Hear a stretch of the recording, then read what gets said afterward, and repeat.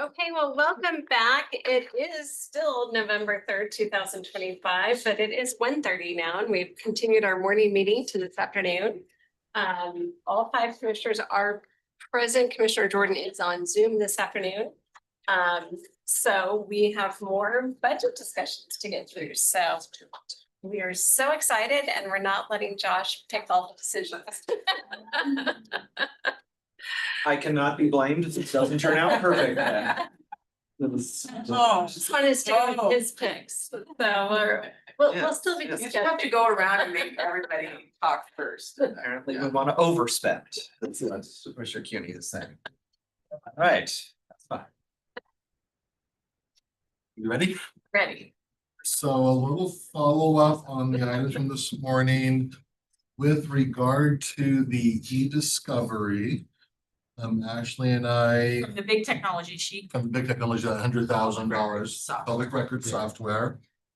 Ashley and I and Kevin and Tony have all touched base. It's not a replacement of any other software, so there's no savings to be had. And it is going to be right at $100,000 a year. So the software that would allow them to do more. But there wouldn't be a savings involved. Ashley, does that summarize it well? Thought she was in here. Okay. No worries between us.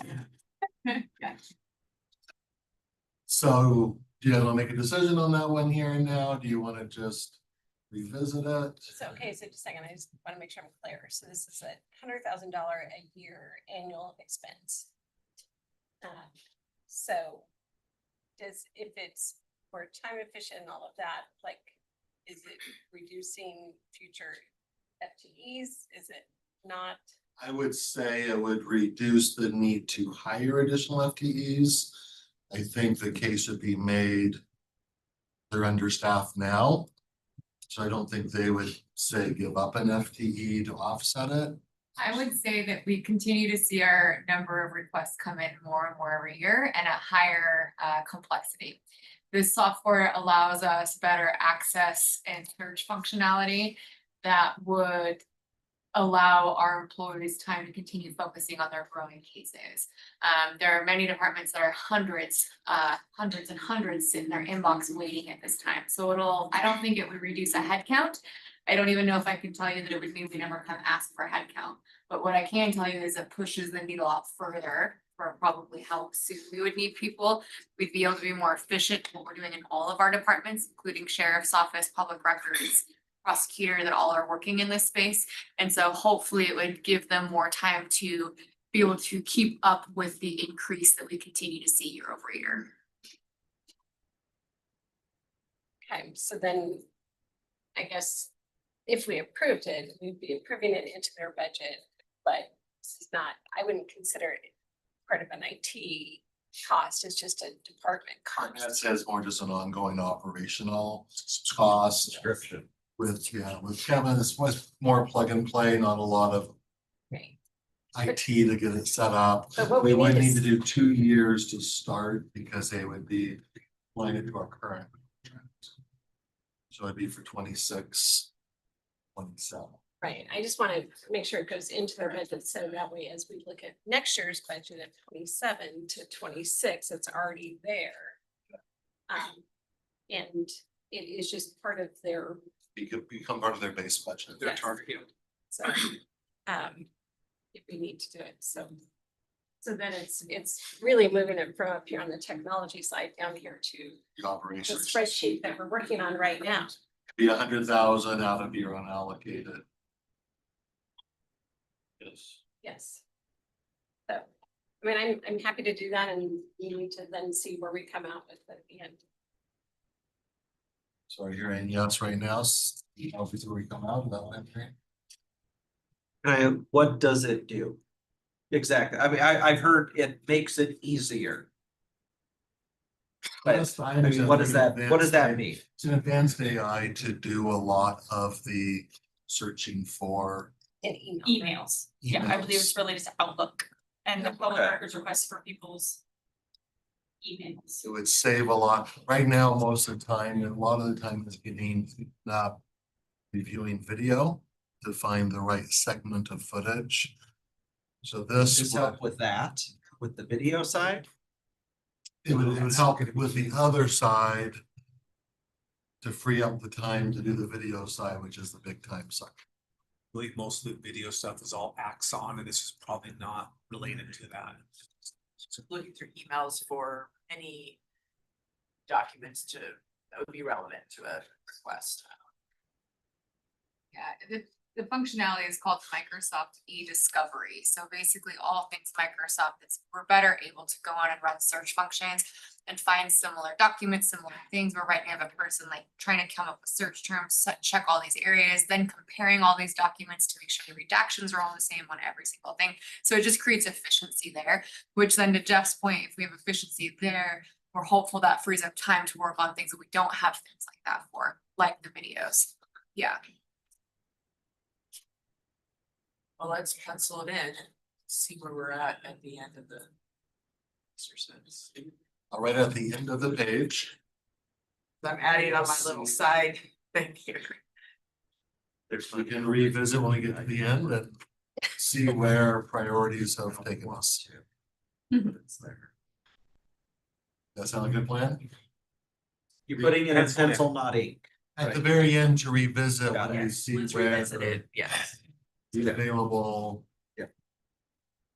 So then the next one for feedback, Doug is out today, but I did talk with Kurt. Ron, he's probably on if you want to promote him. In case people have questions. The 31,000 was for 2 weeks at the end of the season. So those are both September weeks. He did say that not a lot, when the pools close, pre-Labor Day, a lot of my kids going back to school, there are some who hang around. And then they use those as extra hands to help close the parks down. And on the front end, they don't have those extra Like a hands. college age student. A lot of them are college age. On the front end, while they're trying to get everything open at the same time, they don't have the extra hands. So he said they would need to hire a couple extra help. So he said it'd be 45,000 for 2 weeks on the front end versus 31. So that would be a 76 versus 62. For 4 extra weeks. And then to the people, you said the park operation tech 2 is definitely their highest priority. Tech 2s are more your landscape maintenance. They do some facility fixing. Where the tech 3 are your journeyman level carpenter, electrician, plumbers who do the more serious fixing of stuff. But you said tech 2 is the highest priority? Tech 2 is the highest priority, the 84,000 position. Yeah. And that's the one that does the landscape maintenance on facilities. He said it'd be a great help to have that person in place if we're gonna do a full 4 extra weeks. I think he's up there if you guys have questions. What was that number again? 76,000? 76 to do 4 weeks. That would be 2 Okay. weeks. So that would take you from Yeah. mid-May to the end of September. Currently, they are opening June 1, so it'd take you back to mid-May through the end of the month. With the 2 extra weeks on the back also. And that's what we used to do before this last year. We used to. We be actually went midday. May 1 to September. So we used to be we cut 4 weeks this in 25. So this would buy back the proposed 2 additional we cut. Plus 2 of this year's. Okay, that's more.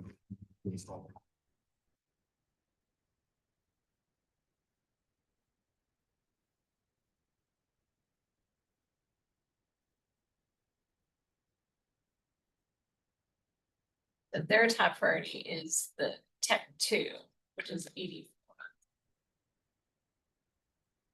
Correct. Their top priority would be a Tech 2 for 84,000.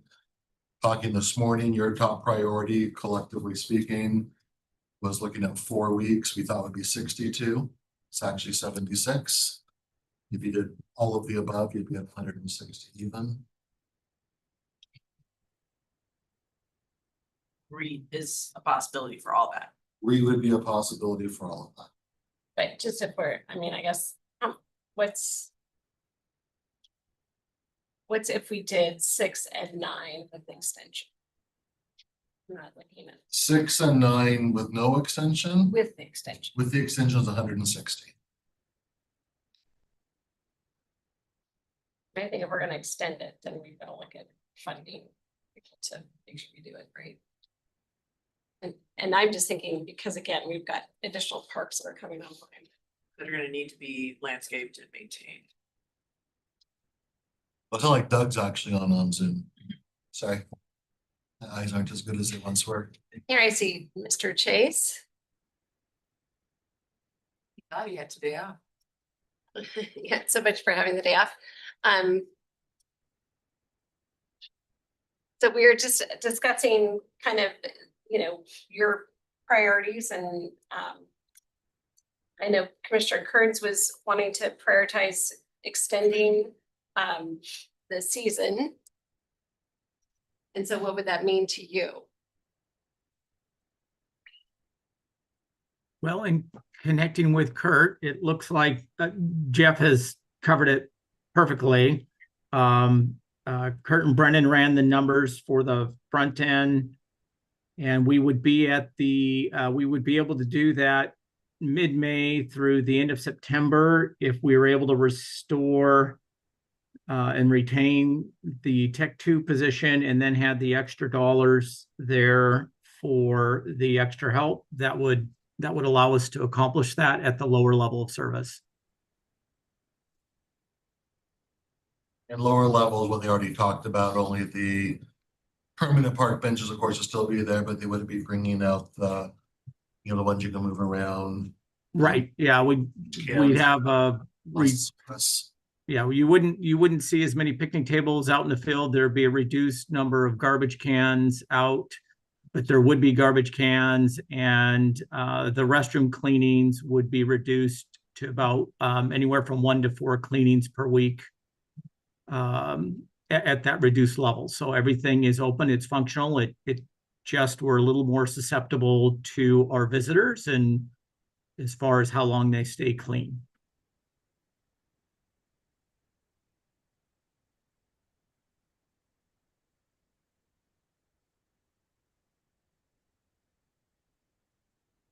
Questions for Doug? Thanks for running those numbers for us so quickly. My pleasure.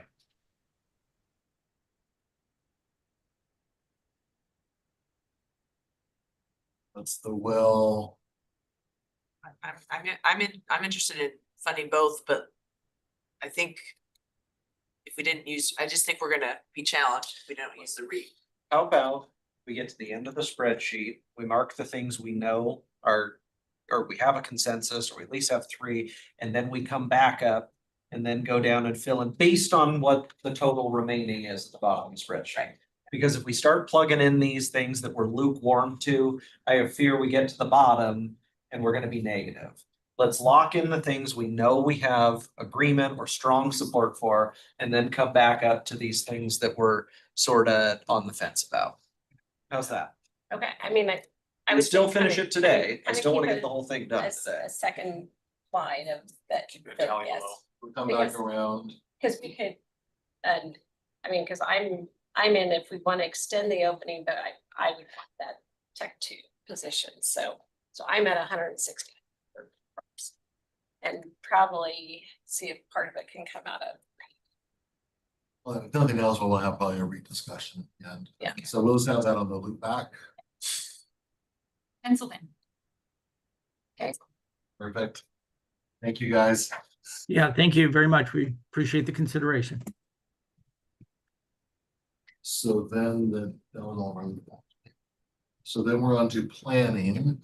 We had skipped planning earlier, so Mr. Clerk was here in person. So line 10, planning. These are just two requests. One is for the code compliance person, one is for an associate planner.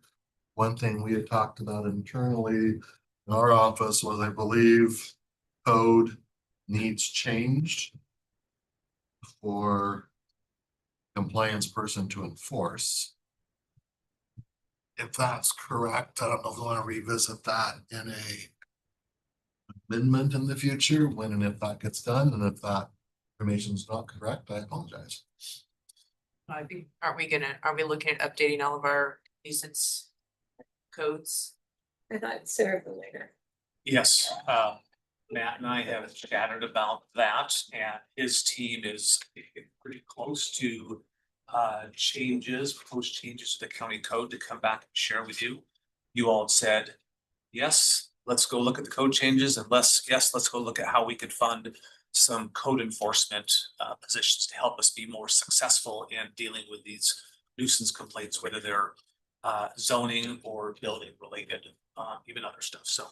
Yeah, the updates to the nuisance enforcement requires code enforcement officers. That's who goes and investigates and handles the complaints. So the code amendments will not be useful without a code enforcement officer or two. Is that what this is? Code compliant? Is this someone that is in the field putting eyes on the complaint? Is that what this is? Well, this is in planning, right? Yes. I don't believe it's that one. This is our people in our planning department do zoning code enforcement. And that's one of the issues. We have lots of challenges with, because we only have a criminal route to pursue that. And incorporating some civil things are important, but this code enforcement officer that we're talking about would likely be a more global, and then we would have individuals within building, like our inspectors who come across building related issues, or in planning related to zoning, even coordinating with our sheriff's department. So the code enforcement officer that we talked about possibly funding out of solid waste fees would be in that position. So it's not this one. I think this is, I don't know if you have more information from Scott. It says here it would be for zoning, critical area, and shoreline Oh, code okay. So compliance. it's not related to the nuisance. I want someone that is in the field, Yeah. that is fixing the complaints that we're getting from constituents. Yes. That's what I want to fund. Yeah. You're saying that's not what this is? I don't believe that's one of the same. No, Okay. it wouldn't necessarily live in planning. Okay, so I did not have this one funded because it seemed like something that we maybe want to aim towards, but it's not necessary right now. But because I got confused too. I thought this had to do with the nuisance code compliance. I believe it is to backfill the one empty position Scott had two zoning enforcement, I don't know what to call it, enforcement, but focusing on zoning complaints. And one person had left, I don't know how long, earlier this year. It's vacant still, yeah. Yeah, it's vacant. So that's the position. It's not related to, we just talked about. It would work hand in hand, but it's not the same position.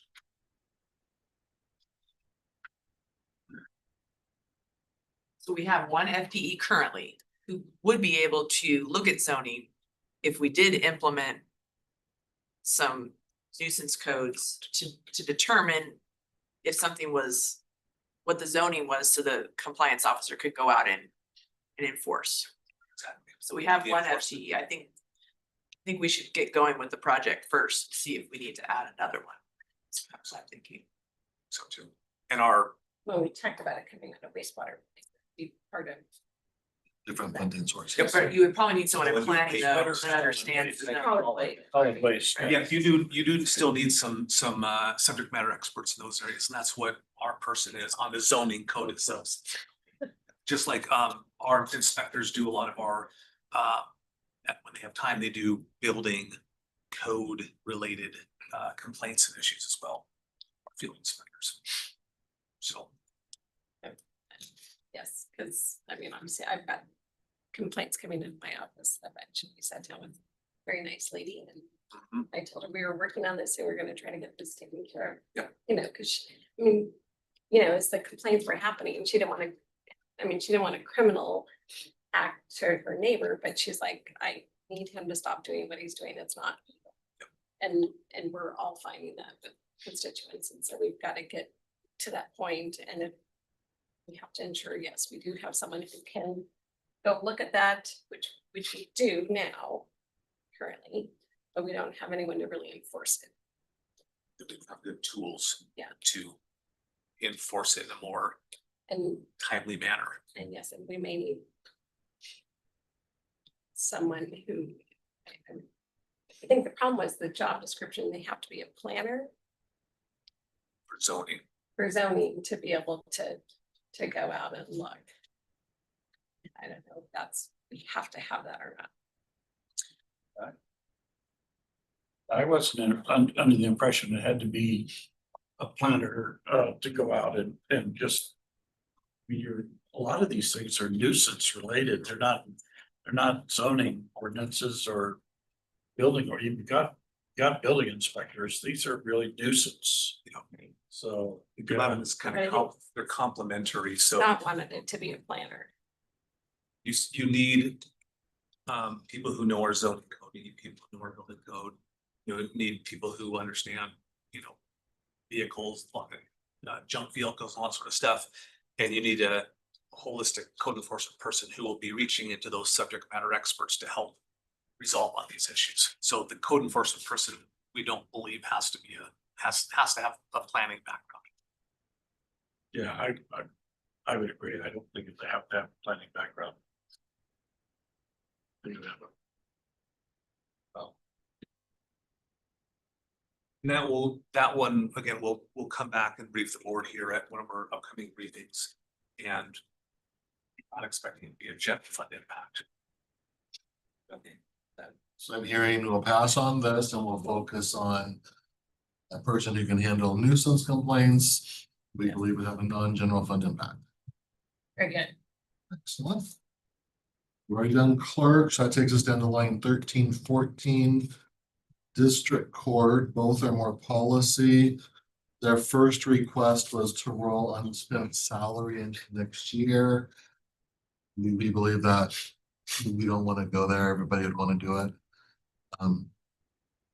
So we would recommend a no on that. The second is the Valley. They had requested to move the Valley court costs from their budget.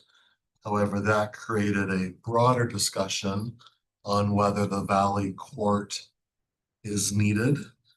I know Scott and I think maybe it was Commissioner Kearns have both had discussions with people in the Valley. Doesn't sound like pushed, maybe some concern, but there was also some openness to it. You wanna speak more to that? I was, so yeah, I spoke with the mayor and the city administrator and indicated there could be some individuals on the council that wouldn't be happy with it.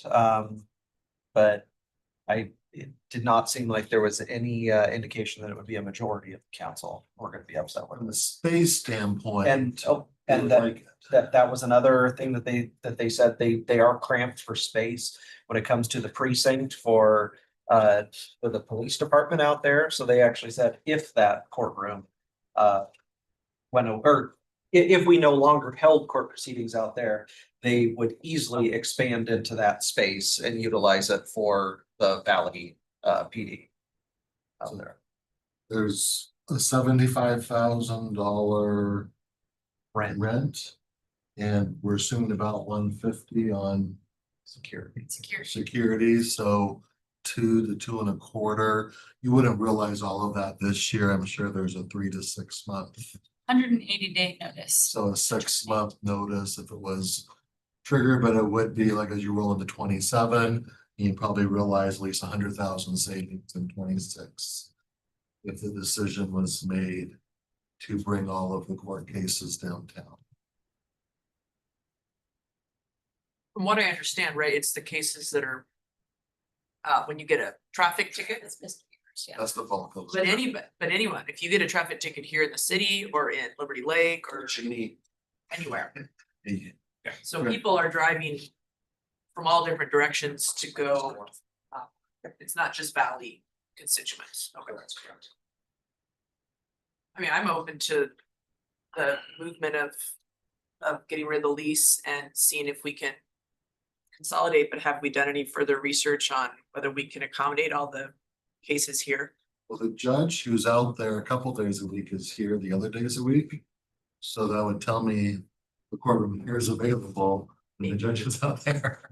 It should be, it's a district court. It's a district court. We have plenty of courtrooms. Yeah, it's not like a court commissioner's using it, because there aren't district court commissioners. It appears to be that. I do think if this is the direction the board wants to do, we should coordinate with district court just to make sure we're not missing any pieces on this, do the logistics and ensure that it can be executed on. So happy to do that. Really, that's the direction I'd like us to do, that extra due diligence, something like that. So what does that bias though in terms of what their, because I agree, sorry, what is that bias though with what their asks were or their, They didn't have any monetary asks. They in terms of the cut to their, they didn't remove that from the budget the way prosecutor. Don't believe so. I think they left it in. They just respectfully requested that you look at taking it out. So their fiscally, their budget is fine. okay, I would say it would probably bring, if it happened mid-year, you get about $100,000. which I mean, and we're gonna need to solve for it. Probably some other things for 27, so. Can I ask Tessa, when you said the 180 days, was that for the security or for the cancellation of the rent? Cancellation of the rent. The rent, okay, security. That's the lease do we know? agreement with the Valley. Okay. Security, I think, has more flexibility. I don't think there's as long of a lead time. All right. From what Dan has conveyed to us. And I assume that's 180 days unless they allow us to cancel it earlier? I'm sure. Sure, if both parties agree, Agreement, yeah. Yes, yes. Okay. We have a good relationship with them. So. So we will follow up on that one. Superior Court, Ashley Callan might be online, Ron. Their second one, the 85,000, we talked with Ashley, confirmed this morning. We can scratch that one. They said their numbers are down. And even though it's a non-general fund issue, they feel they have enough funding coming in to cover 26. They would come back and let us know if the numbers shift. But she was very comfortable scratching that one this morning. So that's predominantly a contract with Pioneer for support of the court, the therapeutic court. 85. So Pioneer had already planned to manage down that 85,000, so it is not an impact to the service. The 220, they came in over budget. We put in a 220 contra against their budget to bring them to their $9.6 million budget, just to give you kind of a, it is a larger budget. Talking with her this morning, she was really struggling to come up with additional cuts that wouldn't harm courts. It would be at this point all in staffing somewhere. And so the choice before you would be to leave the contra in place and they manage to their budget, or allow them to go over their original by 220 per their proposed budget. Is a 220 a reasonable contra, like, do they have openings that would, in a normal year? They run very few vacancies, and the few vacancies they have are in court reporters. And they have already proposed the elimination of 2 of those in their submission. So I'm concerned about doing that and then going over budget if there's not any open positions for here and there. They run pretty close to budget. They manage. the They, budget. yeah, they are very well managed as far as their. Can I ask, were they? I'm trying to think what decisions they got them to this point. Did they go from 37.5 to 40? Is everybody at 40 there? They That moved, was a yeah, decision that was made, let's say, last year. and towards the end of last year. Okay, and that was a decision made by Superior Court, correct? That didn't come before us? That would be within their own purview too, yes. Okay. And their staffing line is 6.7 million. The rest would be jury fees, so paying for jurors. Ashley did say that that could be a potential cut, but that would likely mean that there could be no jury trials after a certain point in the year. If there's no money to pay the jury fees. Jason just teams me. The What's that? Jason Metcalf is saying Superior Court's third quarter year-to-date underspend for salary and benefits is 313,000. Okay. So. That might be possible. But that's not the court reporters that are already zeroed out. They did zero out. I think we had one zeroed out for 25's budget. They have 2 zeroed out for 26's budget. And I think they have 2 unfilled. They unfunded a court reporter to meet the 25 budget. And their budget unfunded a second court reporter. As part of their savings. I don't think they funded anything in 25. I'm just looking at their head count and got from 65 and 23 to 68 and 24, which was the new judge.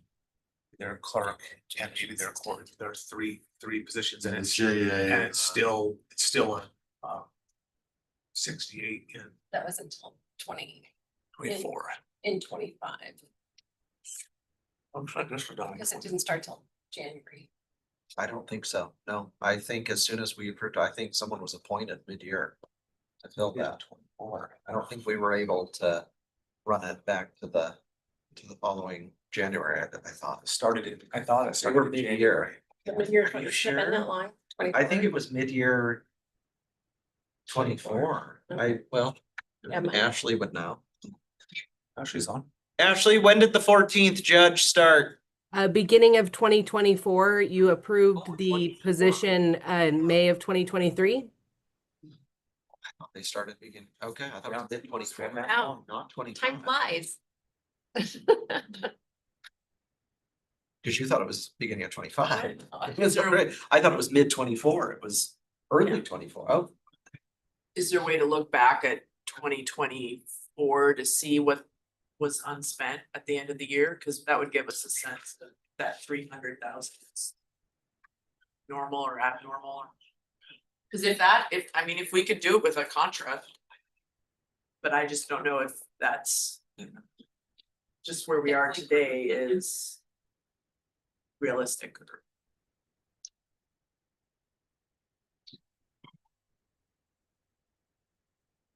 And you'd have to back out that other position.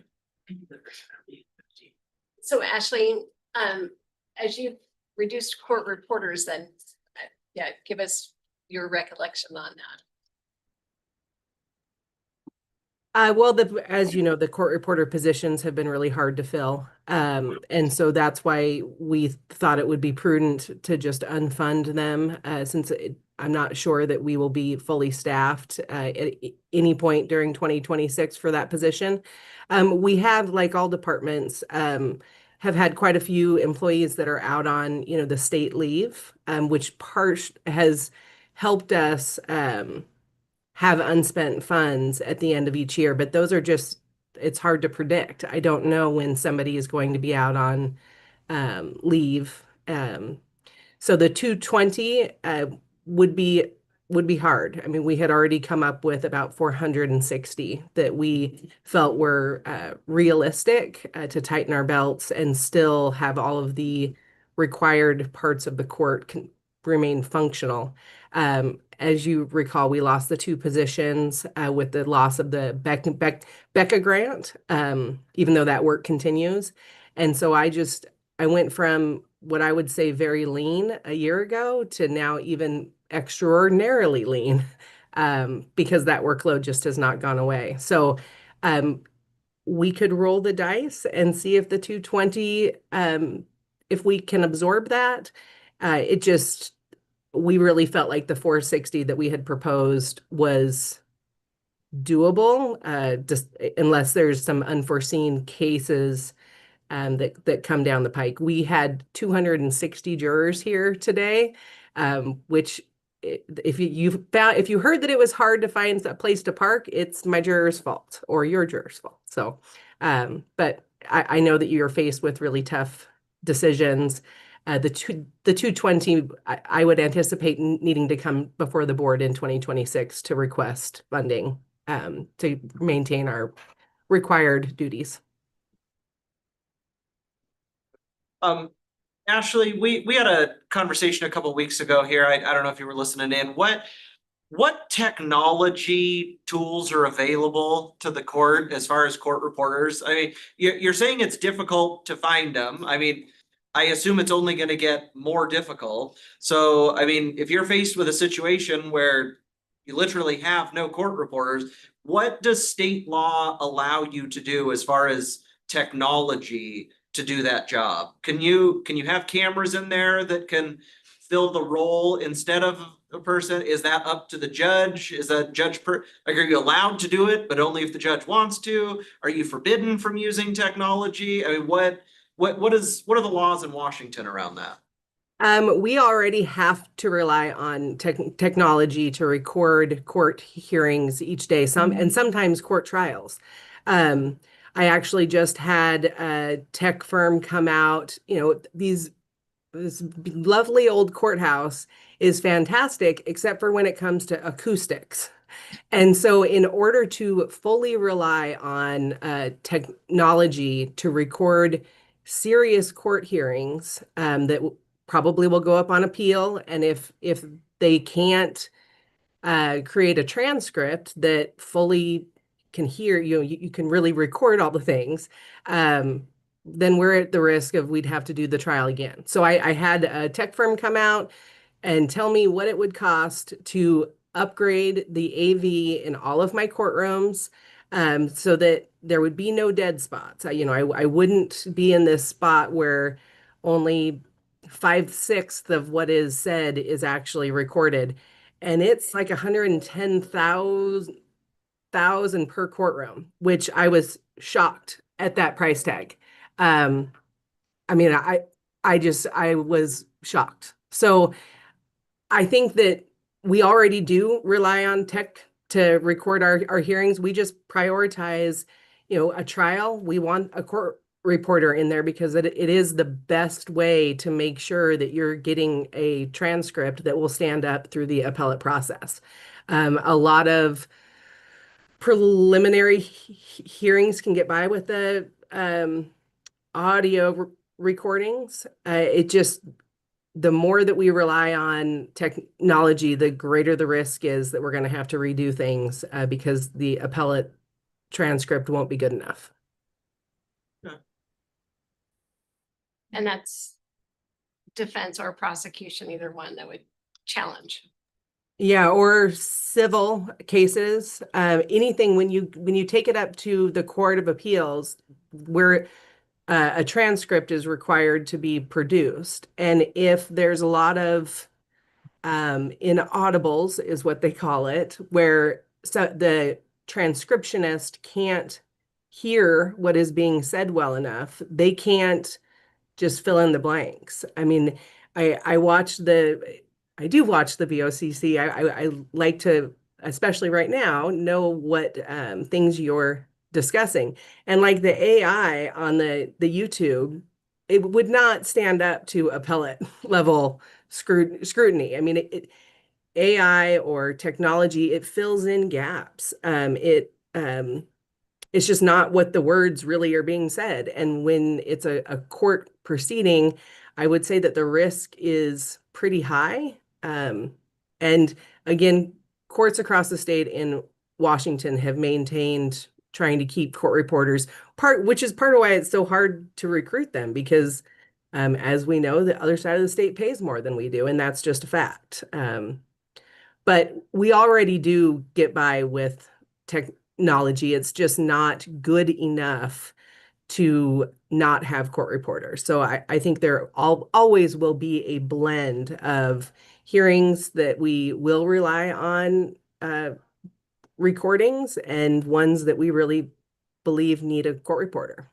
And if we were to say, okay, so when those big trials come along, we're gonna get a freelance court reporter, which I've looked into, they are insanely expensive. So it's not cost effective at all to not have the full-time employed court reporters for these large trials.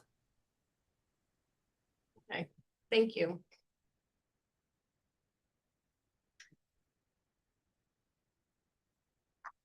So what's the will of the body on this one?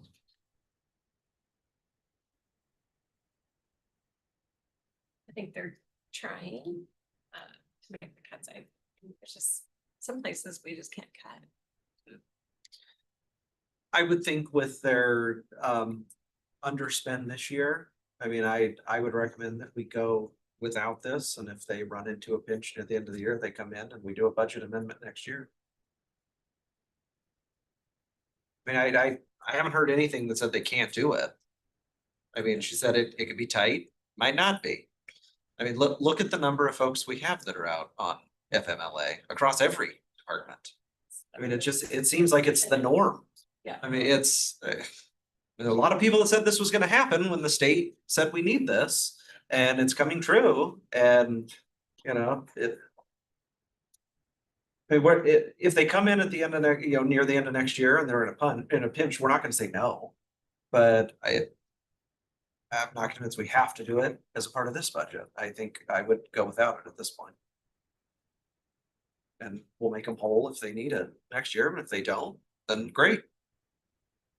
I guess, Just where I'd throw it out. I don't know. yeah, my thought was maybe split the difference. Yeah. You have. Just knowing it's, yeah, 100. A little Yeah, cushion. have them come back. Yeah. Any more than that? I mean, just because it sounds like they tried, you know, they're not. There are like some departments where they didn't try, so, I feel they definitely tried, brought some cuts forward. so maybe split the difference and yeah, if they need to come back, you know, at that, then. Then we deal with it. I'm fine splitting the difference. I had a question mark next to this one because it was good to have the conversation. So thanks, Ashley, for joining us. So I'm happy to do that. And then, I mean, hopefully though, the message is try and keep to that budget and maybe give us an update mid-year about it, you know, where things are at. It's a whole system that's just, you know, is broken. I mean, and everyone's trying to do what they can do, and that's why we're gonna. You know, ask the legislature for the 14th judge, but say we don't have money to deal with it, you know, but because it's a system that to get victims their, you know, their rights, I mean, all of that's gotta go through the court system as well, so. Each piece has a critical function. Yeah, Pencil. You good with that? I'm. If you give it to them, they'll spend it. And so I just assume, you know, have them, operate in a tight budget and, you know, if they end up getting into a tough spot, let's deal with that when we get there. But other than that, I just soon sit on the 220 and try and ride out the year. Josh, That's just kind of where I'm at. Commissioner Jordan online. I would agree with the chair. Is that good Because that's 3 at 110. Last year, they spent their salaries and benefits in 44 cents. 44 cents. It's $1.12 on the tree. That was enough. Wow. We got them pretty close there at the end. Mr. Jordan? I would also agree. I'd like to get like a mid-year update and see how they're doing on the spend. Put that in. So we have that one at 110 with a mid-year update. Moving on to juvenile. The 887 in the separate column would be a full status quo. And then the others are just a la carte. The detention flex shift supervisor at 117 and change. The JCO at 82, she had actually like 2 of those if you double that one. And the additional staff for monitoring the electronic the electronic Oh my. monitoring program. And then they've also asked to continue the pilot program. That's a mental health thing. So of lines, well, is there anybody advocating for line 17, I guess, before I make the assumption? Moving on, lines 18, 19, and 20. I had put those 3 in there. Just because I'm concerned about the number of cuts. With the impact of the other cuts we had earlier this year with Becca. I just worry about juveniles situation. So I put in those 3 positions that were their top priority add backs.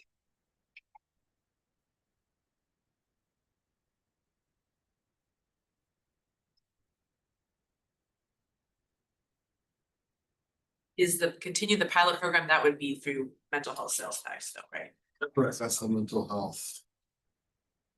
You know, I believe Justin made the comment. It's been going long enough. He felt like it's kind of time to stop calling it the pilot and either incorporate it or not incorporate it. But I'm sorry, did you just say that she would prefer to have 2 JCOs over additional staff for monitoring? So priority 1. Correct. Yep. Was the flex Priority- shift supervisor? Priority 2 is a JCO. She threw in, she was like 2. Priority 3 is buying back the electronic monitoring. Layoff. So I would say the second JCO is a priority 4. It says additional staff, but you're saying it's buying back staff time for electronic monitoring.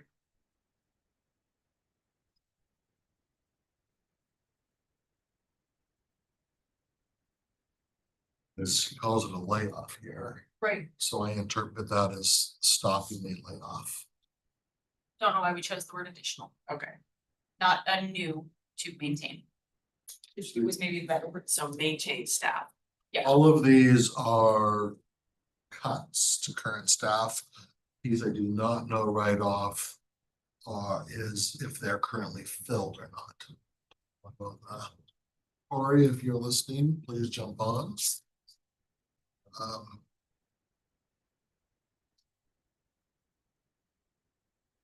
Did she know we were discussing this afternoon? No, it's not one we've had. People who've been popping by are ones we have questions for that created the awareness.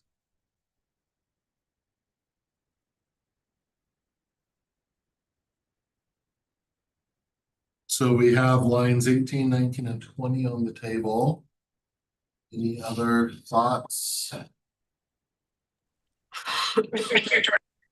I also had those on my list. And then one thing I just wanted to go back and talk with Tori about, which I'll do, is there was a guardian ad litem position in juvenile that I think she's planning to not have in her budget. Do you recall, Jeff and Tessa, whether that is a currently staffed position or is it a retirement that she was saying she wasn't going to fill? Do you remember off the top of your head or see it in the report or her documents? I can go back and look at it.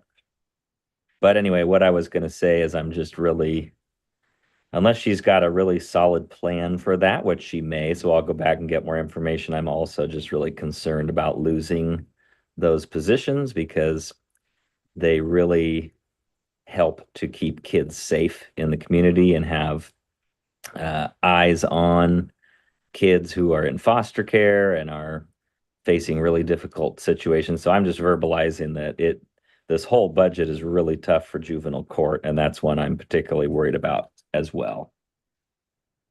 But I will get with her to figure out if I want to suggest that it be added if we can find the funds, or if she feels she has an adequate plan for it. But otherwise, I agree with Commissioner Waldron. And she did just let us know none of these are an ad, they're all keeping what is current. Other thoughts on the juvenile?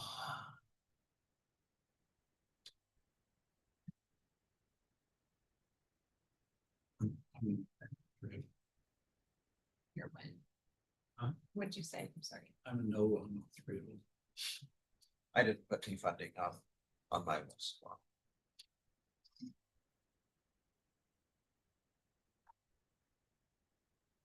Like Tori's popping on if anybody has questions for her. And you can just raise your hand. Tori. Tori, go ahead.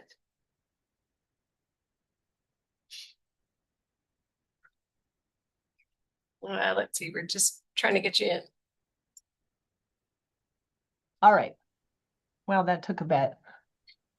Well, I'm sorry, what questions did you have? Because I was going to how I was viewing before to this. You had a question about which ones were unfilled? Yeah, of the flex shift supervisor. the Currently filled. JCO, and the electronic home monitoring position, are those positions all currently filled? All except for the JCO, the two JCOs. One was taken in June because it had been, we had such a hard time filling positions, so we had had a position open for a long time. The second one I'm requesting is, we had a conditional offer out, and when we saw our number of 887,000, we rescinded that offer. So none of these are new positions. Electronic monitoring, they're highlighted, is currently filled. So we'd be laying off people Correct. if we didn't fund those positions. Correct. We are still gonna have to lay people off for this. Those priorities, I prioritize detention because our highest liability area and largely because of the juvenile jail sales tax passing. However, still having $500,000 cut plus really does some damage to our probation department too. And I heard Commissioner Jordan talking about our CASA program, which that would be one cut up in probation. And there's a few. Commissioner Jordan. Tori, for the garden ad litem, is that a filled position? Can you remind me, is it someone retiring or leaving? We just had somebody leave, so that would not result in a layoff, but the workload issue there is significant. So it just redistributes that caseload out to other staff and volunteers.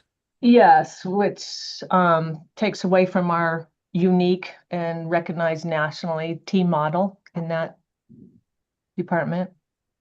And what was the add back on that position? 114,000.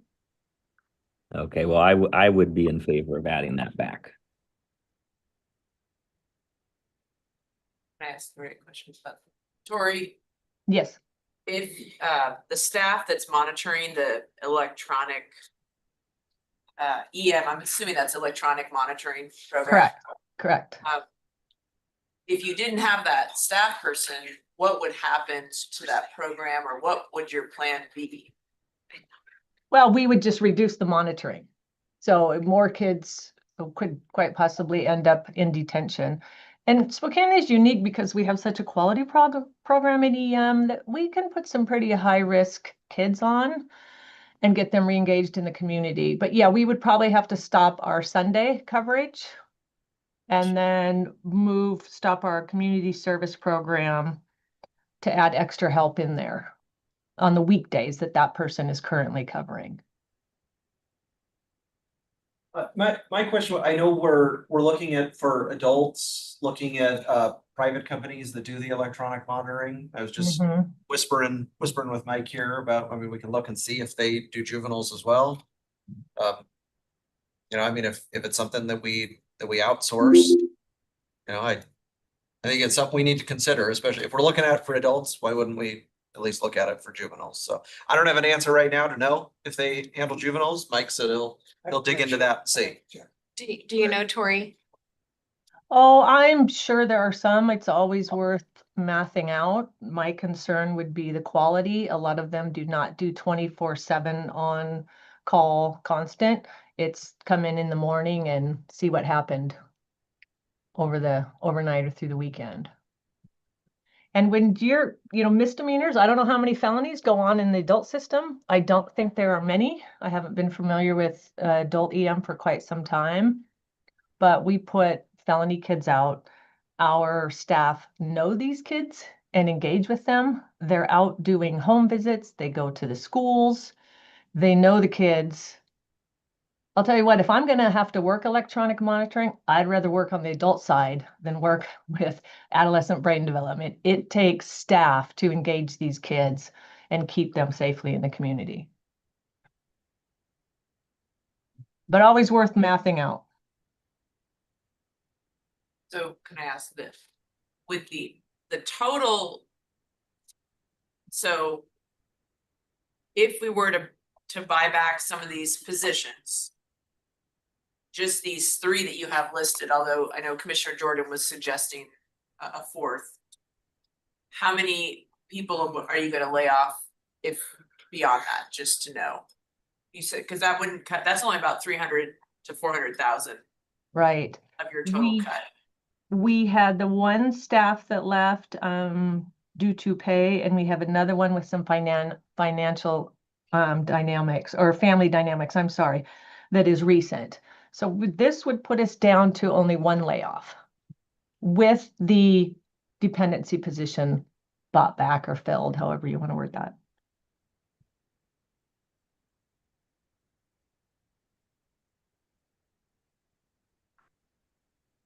How many FTEs would be reduced regardless of filled or not? I don't understand your question, Jeff. Well, you said you had like a person a couple people who just left for different reasons. Mm-hmm. They empty. Are there other empty positions you didn't just mention? No, just the That's two everything. just the two I just mentioned. Perfect.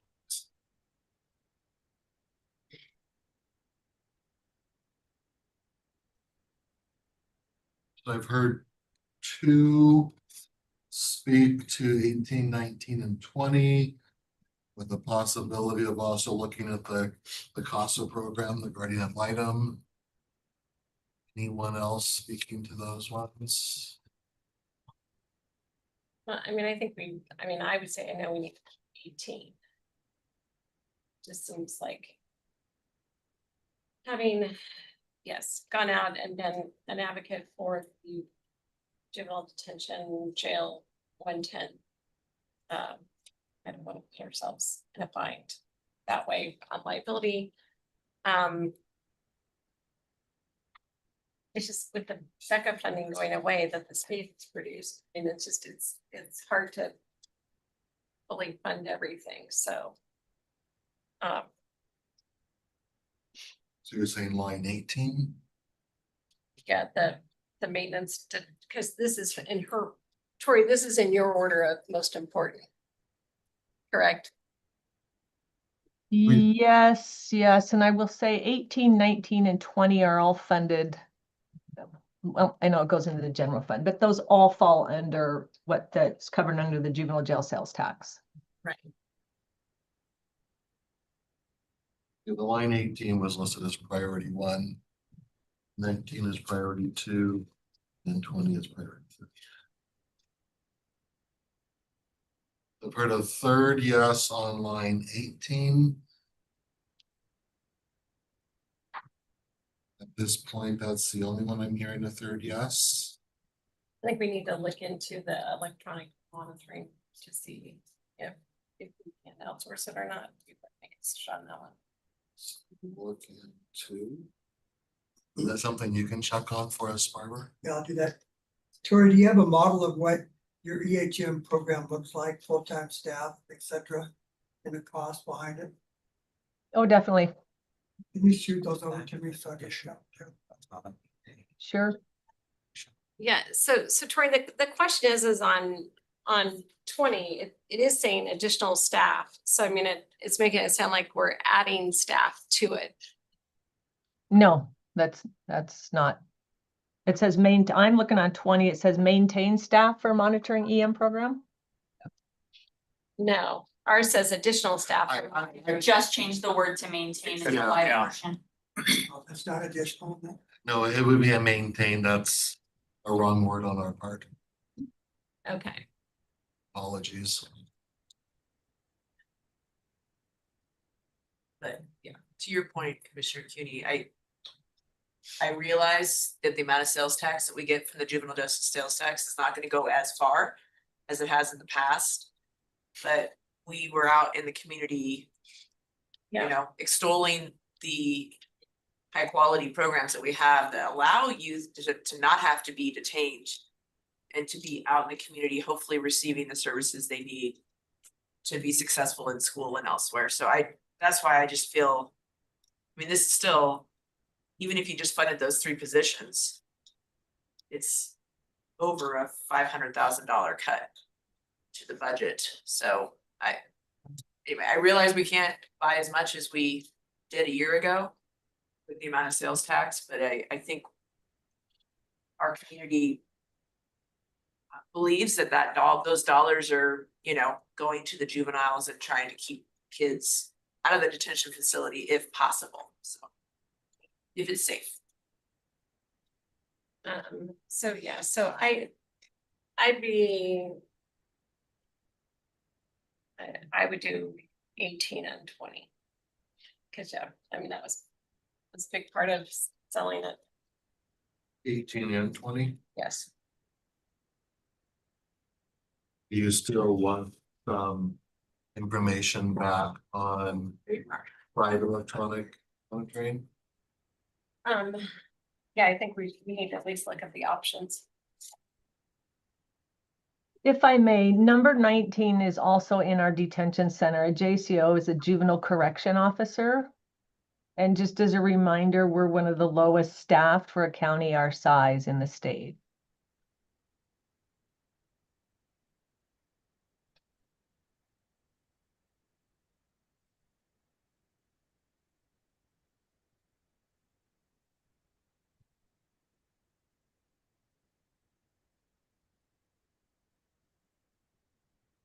But that's a position that is currently open. Yes. 2, actually, one was taken off. So, I mean, I think it might still be on the books. I don't know. Jeff tried to explain that, but yes, one was, we withdrew the conditional offer.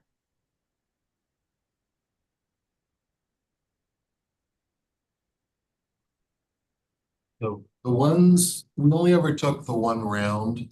So I don't think we could take the one off the book of the conditional offer. I believe that was after Correct. we took the old ones. That's the only round of FTE cleanup we did there. That was just taking the position. Long-term vacant position. Yeah, long-term vacant position up. There was no monetary dollars out. Correct, we did not take the funding, Just. the we positions just for took the zoning. positions out. Part of our cleanup, not have long-term unfilled positions as we do the workday transition. One quick question for Tori, are there any like unintended expenses to removing that next JCO position, like overtime costs that would exceed the dollar amount? Just trying to understand the operations. Yeah, with the paid family leave, we're already getting into issues of overtime.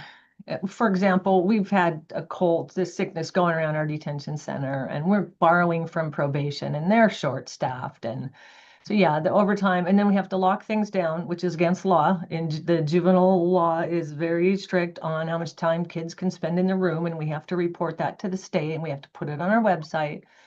So yeah, it creates all kinds of issues not having enough staff. And we're already short-staffed in our detention center. My detention manager is coming in on weekends to work, to cover the floor, which is just about safety and security. Forget being able to program the kids.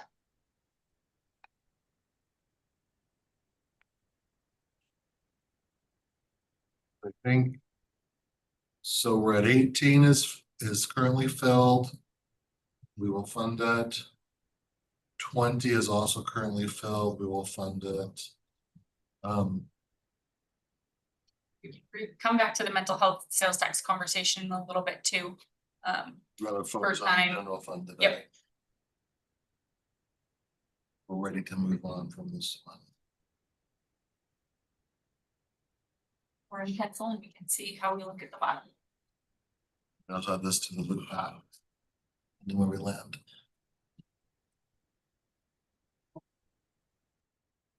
So next we have public defender. 480,000 and change, salary and benefits for 4 attorneys versus reducing 2 felony and 2 misdemeanor positions. I did. I thought Colin said he had grant funding for those positions. And I called him on Friday. Asking, I mean, recognizing they take every attorney they could get, of course, but asking. We know you just also got funding for 4 attorneys. Out of those 4 attorneys, or against these attorneys, I've not heard back from him yet. Actually, I have on different issues, but not on this issue. Yeah, so. I know he's here today because I've received emails from him. I mean, I'm not really funded till we figure out what's really going on. Like, is this an addition? Yeah. And all of that. So at this point, that's a no. Cause again, he's told us on a couple of occasions that there's grant funding coming in to take care of. For 4. I believe Ashley, haven't a couple of those positions been hired from the grant funding? $1 million into public defense. It's really hard for me to speak to what has or hasn't been hired in what buckets right now. Okay. So there's been a lot of movement in that team, kind of what's been requested and work. So without having sight to their budget, which I don't, unfortunately, I couldn't tell you exactly what's been hired. What Colin, I recall, shared with the board is there were 5 positions funded through the state public defenders, right? And 4 of those Colin was going to hire to his office and 1 was going to be hired in the council defense. That's what I recall them saying. And so I also don't know whether or not this is in addition to those or if it addresses. Because this we have as stopping reductions. I assume they are different positions because that state funding does require new bodies. These are those reductions. When we hear back from Yeah, him. but some of this is because of BECA funding going away. I mean, so. Yeah, to that point, and I wish I would have thought about it when we had Ashley or Tori there. How the remaining $400,000 of Becca is being spent. I have that. Is part of it gonna fund the 2 attorneys that handle the Beckett? Cause, and I, what we understand, there's very few people that know how to handle that. I think Colin told us that. That As was part of the- a court commissioner, it's, Part of a court commissioner and then, I believe 2 probation counselors in all within juvenile. Yeah. And the, you might be thinking of the at-risk youth. Yeah. Chins, which wasn't that funded, it's all truancy. Correct me if I'm missing anything, which they were doing, they are staying, that the at-risk youth and Chins, Mike just got an email this morning, Colin confirmed that he does have one attorney that's been reassigned back to those cases. They're not doing truancy. There was 2, yes. Is 1 enough? Or does it need to be 2? According to Colin, he felt like 1 was enough. Good. He was just gonna look and see, does it make sense to have it be split across 2 or have 1 handle it? Okay, so He's that, indicated that. that issue was taken care of then. It's Okay, okay, present time. all right.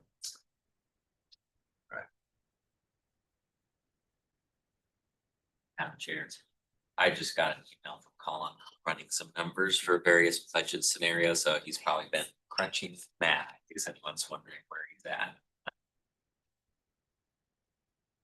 there was no Becca money on attorneys with the remaining.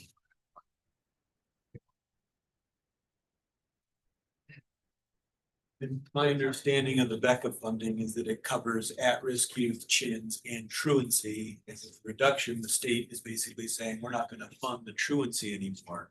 So the remaining funds, Becca funds, went to at-risk youth and chins services here. Way Superior Court and juvenile divided up the remaining funds was 50% commissioner to probation counselor. 50% of a clerk. That's the other 50%, yes. No revenue, no tax funds to defense services. Even though it's required.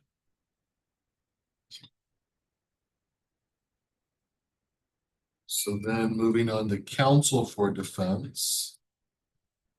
They had 4 requests. They have the 5th one on the capital side. These are the operational side. The first request is the 400 and almost 76,000 for 5 attorneys spread across attorney 1s and attorney 2s. The 73 and change for a criminal defense investigator. Almost 71,000 for a paralegal 2. And 63 and change for legal secretary. Again, in order of their priority order. Does anyone have them down for buybacks?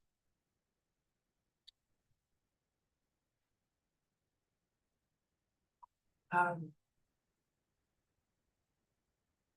guess I know there's still some conversation out there on our caseload standards, so I wasn't suggesting buying it all. But we may want to budget. I don't know if this grant covers one of those.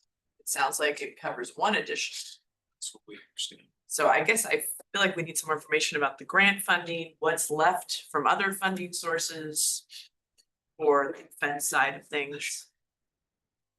But I also had heard that maybe they hadn't spent on the other grant money this year. So I think we need to get into that budget a bit and figure out what we can afford for next year. And how much we should really be spending on every grant first and then go into general fund, just like we had the conversation with the planning department. Let's take every advantage of every dollar the state will give us before we go local. We have made some adjustments to how the Becca funding was not being billed against the 250,000 was provided in spend down.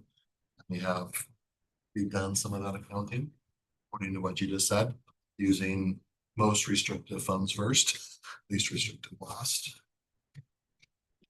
Anyway, I'm just saying, we may need to budget for a couple more attorneys there. I just don't know in the conversations we've had around caseload standards and what that looks, how that gets resolved.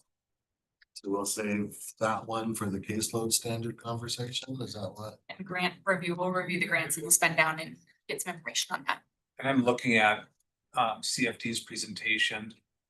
On the slide, request the 5 additional. They do footnote that one position could be funded from. They refer to an RCW, I believe it's the public defense dollars, so. It would be a general fund, but it's certainly eligible to get covered by the grant. And I think at some point we gotta figure out what the cost of, I mean, in this, adding on all these administrative type things, what the cost is here versus what it costs to contract out. And they had a pretty entertaining capital ask too, didn't they? They had a $4 million capital ask for budget space. That's on your 6-year CIP. Yeah.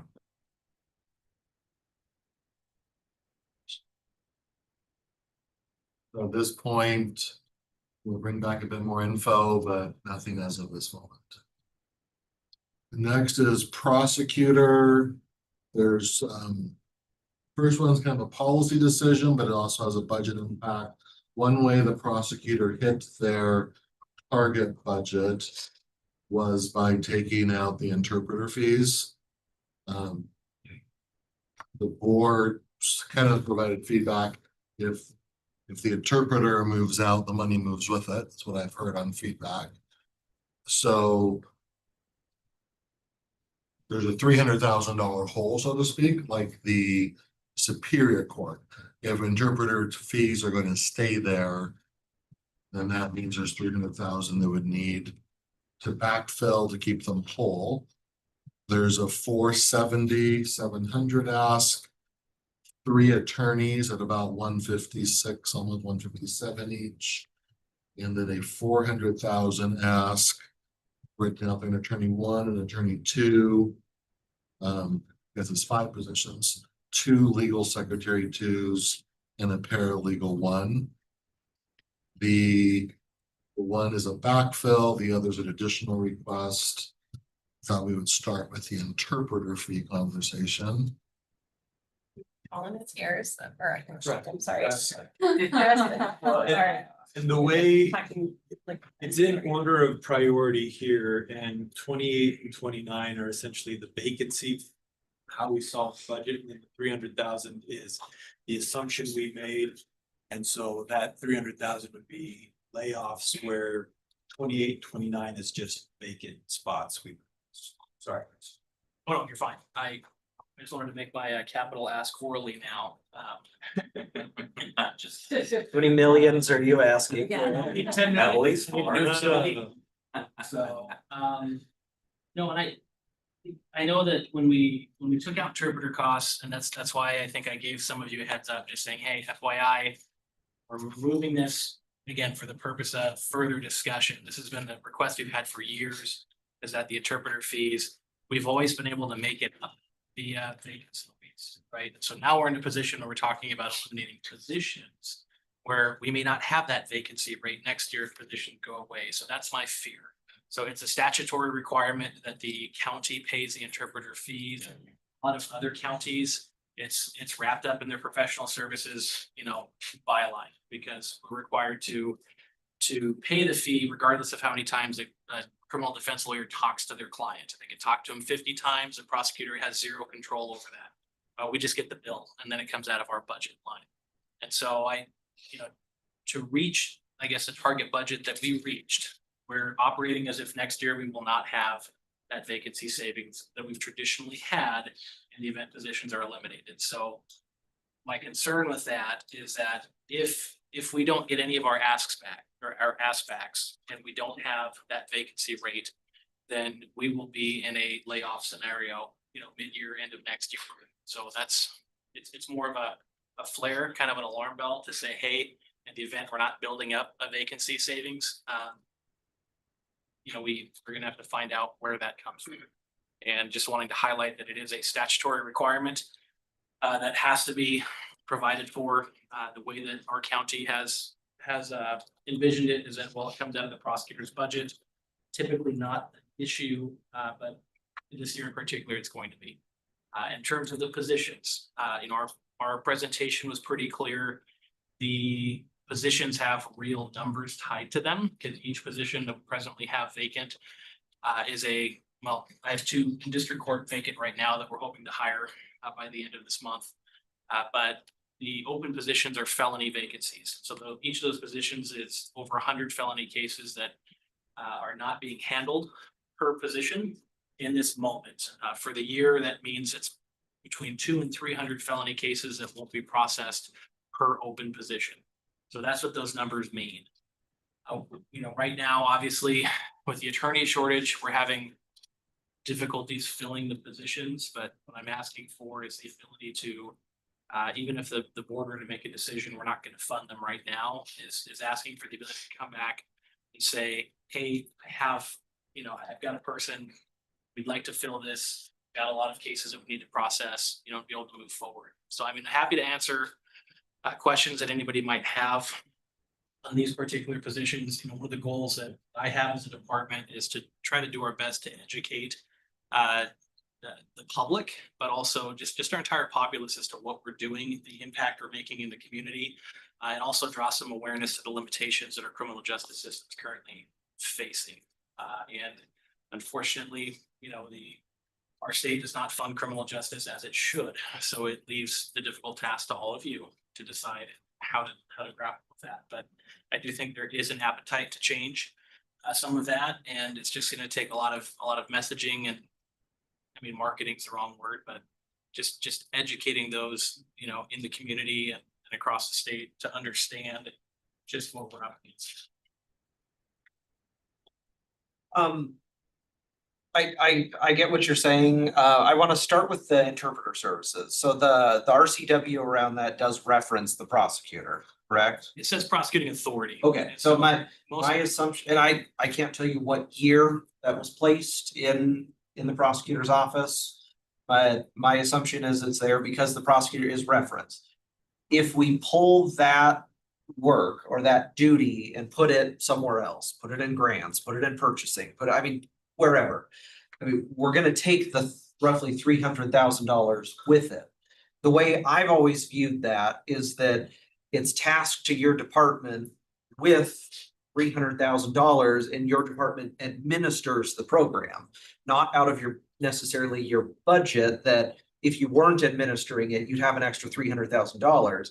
It's you're tasked with it, and here's the $300,000 that you use for the program. I may have that wrong. That's just always how I have viewed that. It's going to be a different amount each year, not always 300. It sounds like earlier in the process, it was probably much less. It sounds like it's grown, as the diversity of the county has grown. But that's always how I viewed that. And I wouldn't want it to also look like if we pull it and give it somewhere else with the 300,000, the narrative is the county just took $300,000 from the prosecutor's office. Like, no, we took the money that goes for that service or that program. That's always how I have viewed those dollars in not necessarily the prosecutor's budget. It's the funding to administer that program within the prosecutor's office. And I guess my rejoinder to that is that this county has never, funded that program. So, and I will disagree with the point there. It doesn't reference a prosecuting attorney, because they would have said prosecuting attorney. Okay. The prosecuting authority in this context is the county itself. So when we file a case, whether it's district court or superior court, it's the state of Washington or it's the county of Spokane versus whomever it is, right? So the statute doesn't say prosecuting attorney, it says prosecuting authority. So in this case, the county. And so I guess based on how, in my opinion, how well we've managed our budget, and also due to vacancy savings because of a consistent staffing shortage, we've always had the funds for the most part to cover that. When you look at prior years, there were years that we budgeted, I think, 25,000, 50,000 for interpreter fees, yet we'd eat 150,000 or 200,000 out of the county prosecutor budget, whatever overage that was. But now we're to the point where those those real fees are in excess of 250, going into that 300,000 range, but we've never traditionally budgeted for that amount as a county. It's just, my warning here is that the piggy bank that the county prosecutor's office, has been in kind of need is dwindling. And so the obligation is on the prosecuting authority in the county to provide the service. And we've, the county has always benefited with the excess that the prosecutor's office had in our budget. So it's not that we're budgeting and planning for that 250 or 300,000. Within the last 2-3 years, we have been, because those fees have skyrocketed as our community's diversified. But when you look back traditionally, 3, 4, 5, 6 years, we were only budgeting, I think, between that $30,000 to $50,000 band. And now we've so far exceeded it that it needs to become a regular budget item. And my challenge, I guess, for all of you is to look at it again as a county obligation, because it doesn't matter, what attorney, whether it's CFD, PD, whomever, opens up that interpreter, contract. We're bound to pay it regardless. And so I get that. Would you rather it go to a different department and lose the dollars, or keep it in-house, administer the program and get the dollars from the program? well, I guess, And when I say in-house, I mean in your department. I guess from my perspective is it would be better for the prosecutor's office if it was administered elsewhere, because the expectation is we eat it with whatever a vacancy is, whereas there's no program, right? There's no program to administer. We just get the bill. All we get is a bill. We don't get to choose the interpreter. We don't get to choose who they select. If the county wanted to engage in a contract with a different service provider, I think there could be some way to manage those costs, but that's not something that I get to administer from my department. And so, whereas the county oversees Counsel for Defense, Office of Public Defenders, and so frankly, the board has more say over where they can go for those services than we do. All we get is an invoice that we have to process out of our budget. Yeah. And so So I guess do you want the invoice to go to you, or do you want the invoice to go to another department? I would prefer it go to the other department, so in the event there is an overage, or in the event that there are excess savings, we get to actually realize it for prosecution services versus something that's otherwise a county obligation. And my next follow-up is, do you know what your underspend is through the first 10 months of the year? I think we're anticipating somewhere between 600,000 and 700,000. As of the end of October, it's $775,000 is the underspent. I mean, that's pretty big.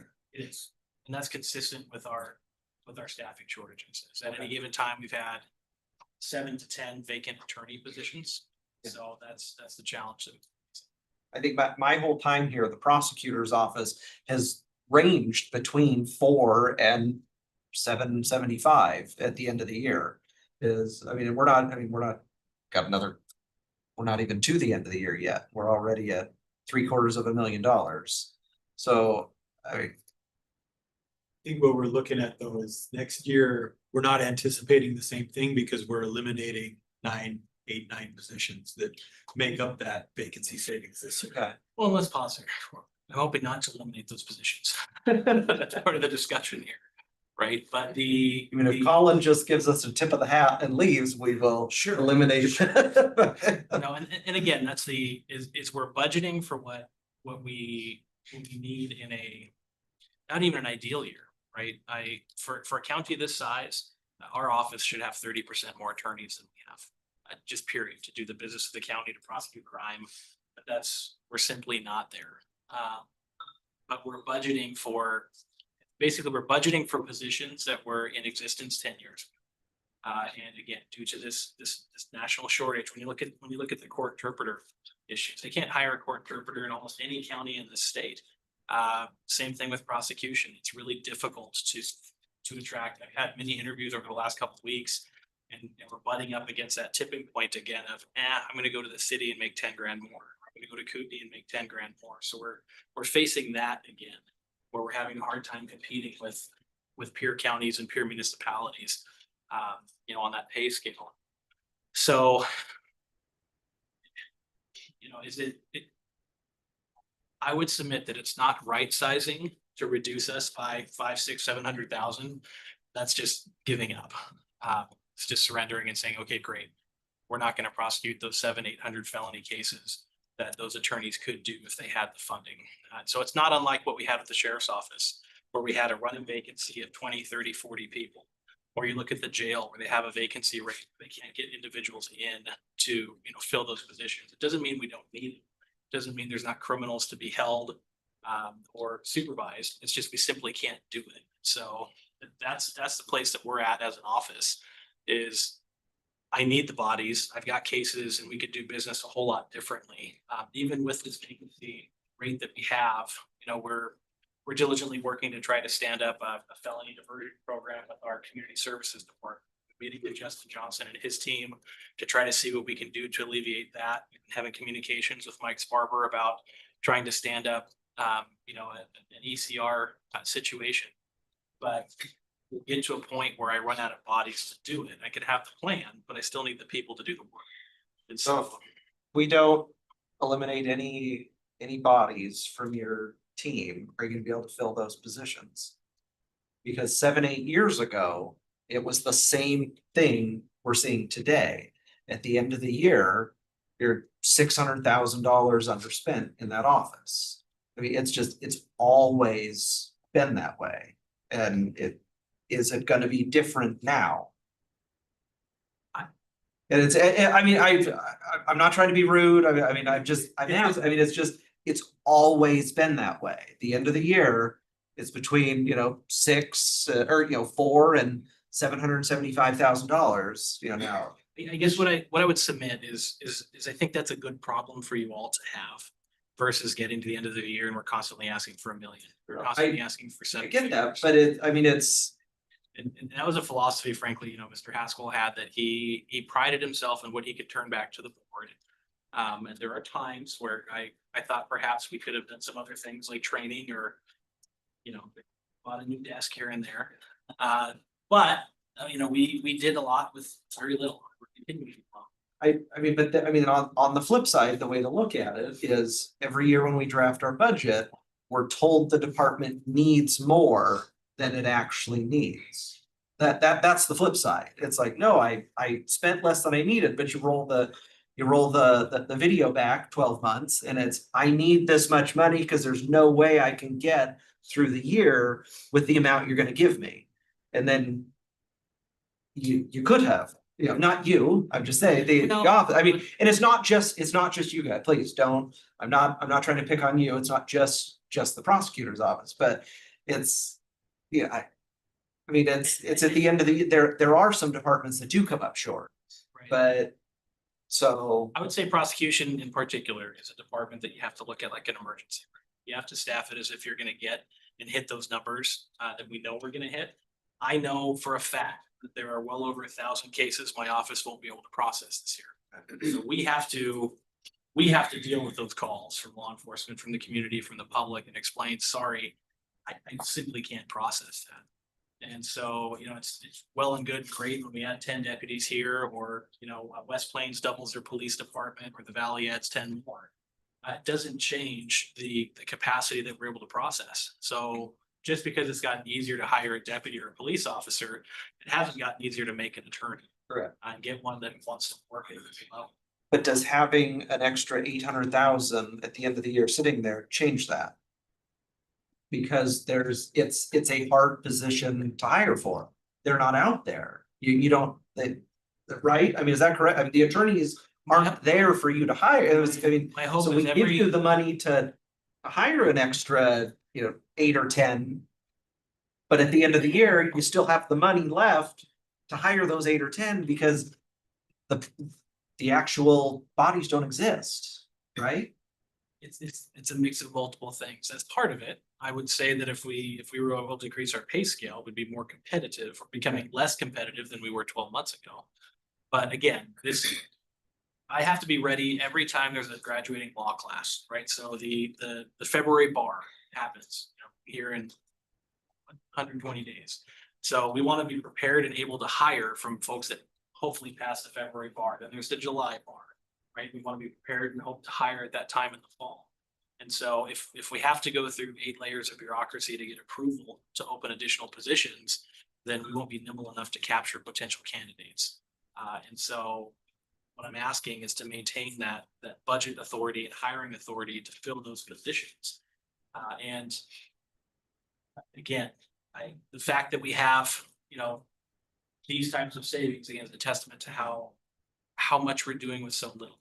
I know that when I presented previously and I talked about next year and our office being very new, we're not gonna have, even if we were to keep everything, we wouldn't have those savings next year in the same degree, because I have to spend more on training in 2026 than we have in probably the last 2 or 3 years, because we have such new lawyers, we have more retirements, we're losing certain types of skill sets. So I need to send people to different trainings to capture, some of those things.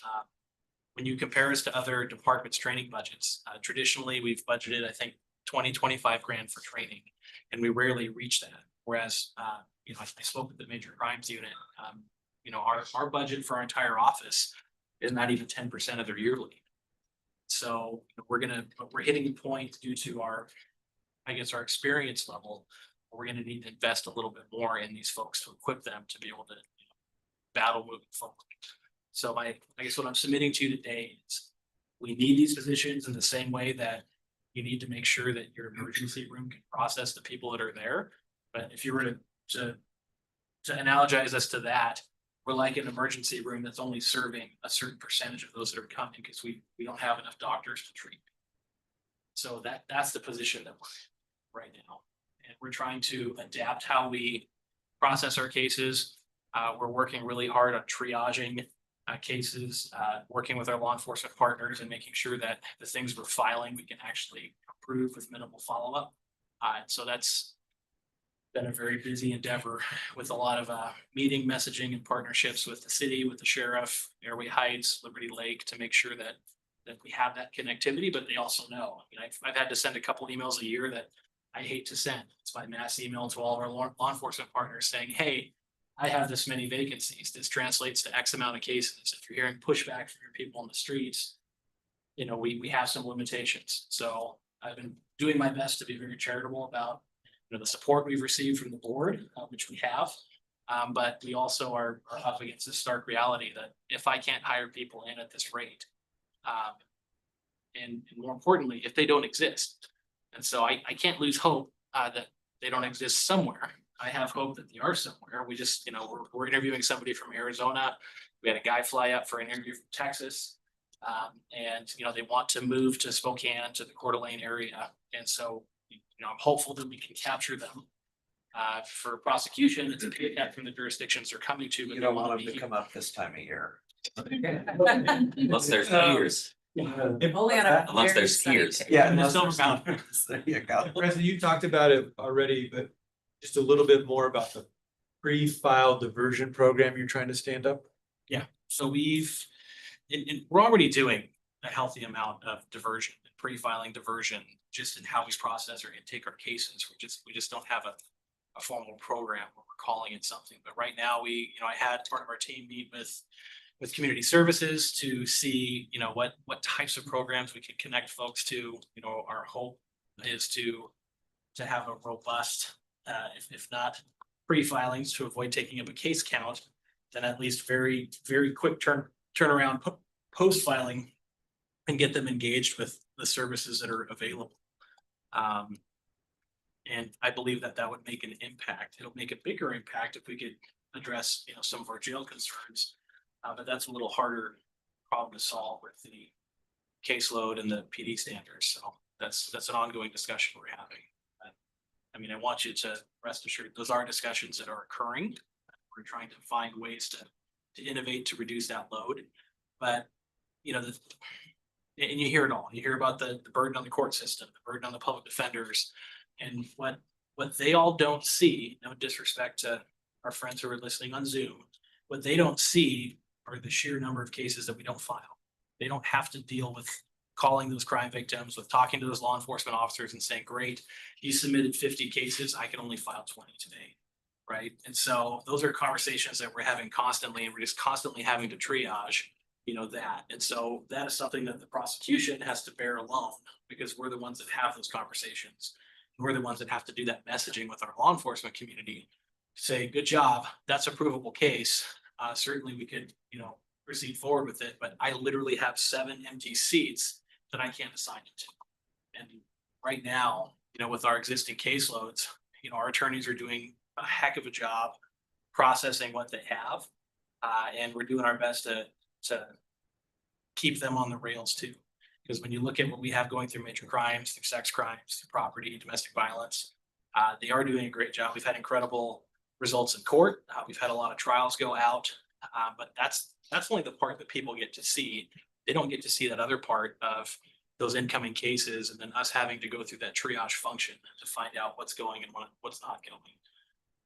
Are there any caseload standards or case weighting standards for your prosecutors? There are not. And so WAPA is engaging in a study right now regarding not so much standards, but just capturing the time that a prosecutor puts into a case. So they have a couple counties that are doing a tracking mechanism so that they could use and advocate for this. And so, we've seen it. We've seen 2 elected judges in King County do an op-ed that described this, caseload standard as basically just opening crime or afflicting the community with crime, because the unintended consequence or intended consequence, depending on where you sit on it, is that you're decriminalizing everything. If we get to a point where we can't prosecute and charge these cases, crime doesn't go away. It goes and it resides in your community. It resides, elsewhere, and we just can't touch it. So that's the concern that I have. But ultimately, my request to all of you is, despite getting to the end of the year and having some additional monies that you'll get to spend, I'm asking you to do the same again for next year. And my commitment is that we're going to manage our budget diligently, wisely. And if we end up having the vacancy savings, so be it. But I want to prepare as if the rain's coming and keep planting those seeds. And so that's what I'm hoping to do.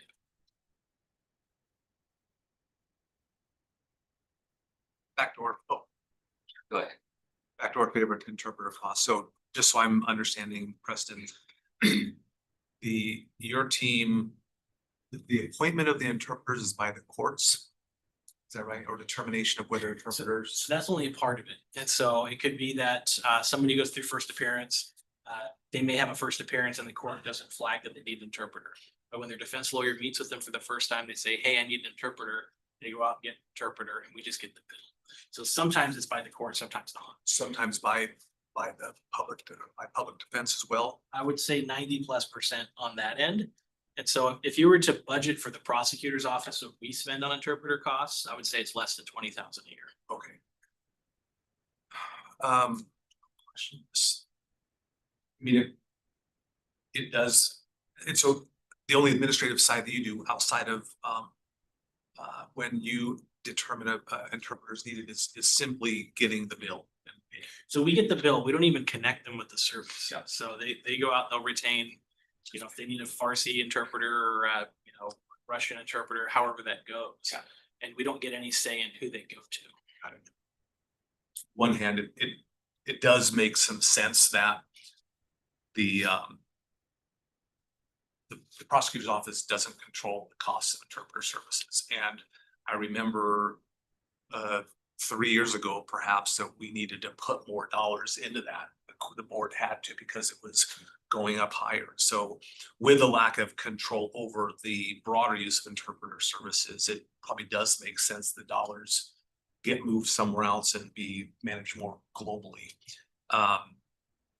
It is a little bit concerning that it appears to be a cost that we aren't able to control as a county year to year, depending on what requests come through.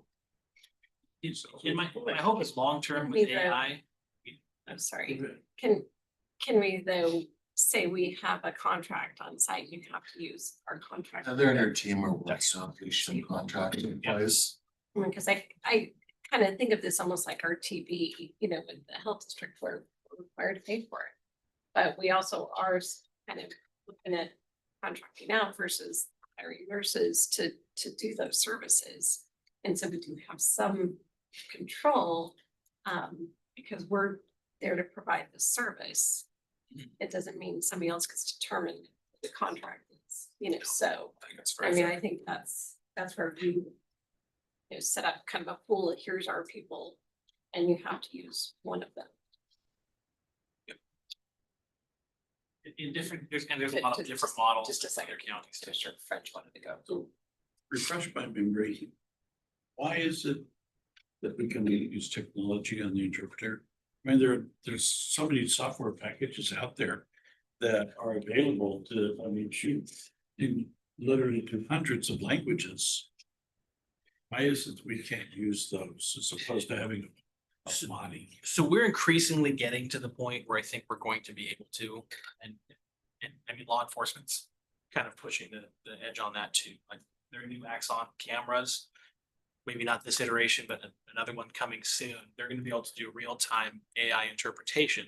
The issue is getting it court certified. So to become a court certified interpreter, you have to go to the statute. I think it's RCW 232 governs the certification and what that process is. So it may take a legislative fix to allow it, but there has to be a program. It's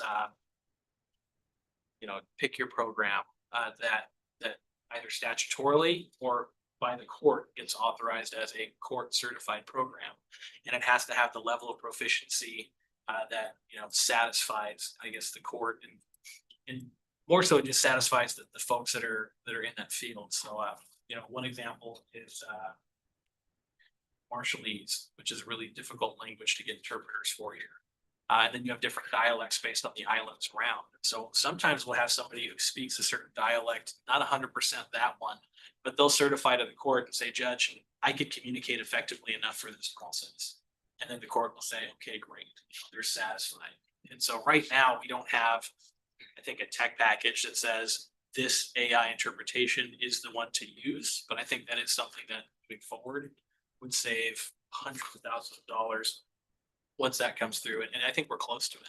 It's being explored all across the country. I'd suggest we add it to our legislative agenda that takes a legislative fix. I mean, we buy software for a fraction of the 300,000. We've done a little bit of research on this and it's more likely to get court reporters replaced by AI than interpreters. Having a certified interpreter is essentially a constitutional guarantee, and you need a court to make a good cause finding not to have that court certified interpreter. So until we get an AI program that is certified, it's going to be difficult. But what we've seen in the larger jurisdictions where they have, just a diversity of language is, I think, as those courts grapple with this more, the same program that they use for their wayfinding on a campus is going to be the same program that's going to get accepted within court. So I think we're only a matter of time, where it's going to be a possibility. But I think that would be a great item to add to a legislative agenda because it's hitting every area, because that AI interpretation you'll need at the recorder's office and at the assessor's office and everywhere else in between. And if you can say that you're using it across the board, it's going to be more likely to be accepted by. Is there a natural place for that work to live in another department? I'm just thinking of like the auditor's office, like there's certain departments that have their own like language line contract or language access service that they buy into their budgets. I'm just wondering what you think in terms of the most natural place and if there's any implications for other departments. Yeah, I wasn't off the top of my head, Commissioner. I was just probing to understand better about what gives rise to use of interpreters. You could potentially suggest that some of the costs should be borne or live in the public defenders. Some of it may live in Superior Court or District Court. That can become a little bit challenging in terms of in budget management oversight and procurement. The processing and payment of the bills can occur anywhere, but I do think that going out and getting some more information back from our purchasing team will be important so that we see what our options are. You could simply put it in a non-departmental right now and say, hey, public defender, if you're doing the request for interpreter, you also process those bills, but if we have a collective procurement contract, probably just makes sense for the invoicing to be managed. And just so I'm clear, the proposal is to basically take a $300,000 expense out of the budget, which allows for those for not as high of an expense side of the budget, and then we would need to fund it somewhere else. And so does that keep the prosecutor's office otherwise flat, or it's, and then I promise I'll never do it. help me follow that one quick. That's a good question. No. And you're saying if you don't, if that doesn't happen, or that 300,000 doesn't come, that you might be facing layoffs, is what you're saying? If we, correct, if we keep our, if we were to lose those other positions and we don't have vacancies, I mean, obviously we want to be in a situation where we're not filling past budget item, but that's effectively to meet what we would need, is effectively asking for that 300,000 to be paid elsewhere, but still keep that for salary and staffing. Okay. So status quo, no layoffs is about 300,000 in addition to the interpreter. Yes. I don't want to see any layoffs. What did you I say? said I don't want to see any layoffs in the prosecutor's office. What's your total FTE count, prosecutor? I'm sorry, I don't have my binder with me. But we should have 72 lawyers, so 73 including myself. How many are non-attorneys? Of the non-attorneys. We're somewhere between 130 and 100 people. So as of September, our authorized FTEs were 138.8. Of that, 73 are lawyers. So you're nearly 1-to-1 for attorney to non-attorney? Yeah, I mean, fairly close. Is We that- also, Is that standard? Is that normal for a prosecutor? I only know your guys' office. I don't know any of the Part of other. the reason for that is our antiquated technologies. This number would shift with a software upgrade like Carpel. Which was one of, Yeah. and that was one of the things we discussed, but also we have a 10-person victim witness unit. So we provide victim witness services. So that's separate and apart from the legal secretary, paralegals. And so that victim witness unit, again, we're constitutionally and statutorily mandated to provide victim witness services. So we have an entire unit that does just that. And then some of that FTE count where it's, I guess, almost 2-to-1 is in our family law unit. So we only have 6 lawyers there, but probably between 10 and 12 support staff because of how paper intensive that particular unit is. Whereas in our other units, we run, our hope was with the tech improvement to eliminate, I think it was 4 or 5 positions potentially, again, through attrition, just based on how we do our case process. So we're still paper bound, both felony and district court, and that requires a lot of, physical processing of paper, which is somewhat problematic. in civil, our numbers are like 6-to-1. Oh, okay. Sorry. Do you guys have a budget department in the prosecutor's office? So we have a business manager in the prosecutor's office, yes. Okay, they handle your budget. It's what one person is the business manager and. Correct. budget We set? have a business manager and a accountant tech. Okay, So those are the 2 positions that we have for that. okay.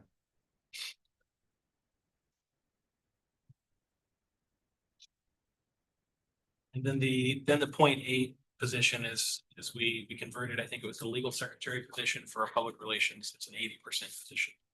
So that position makes less than the legal secretary too. So I think it's somewhere around 50,000, 48 to 50,000 a year is what that position pays. Okay.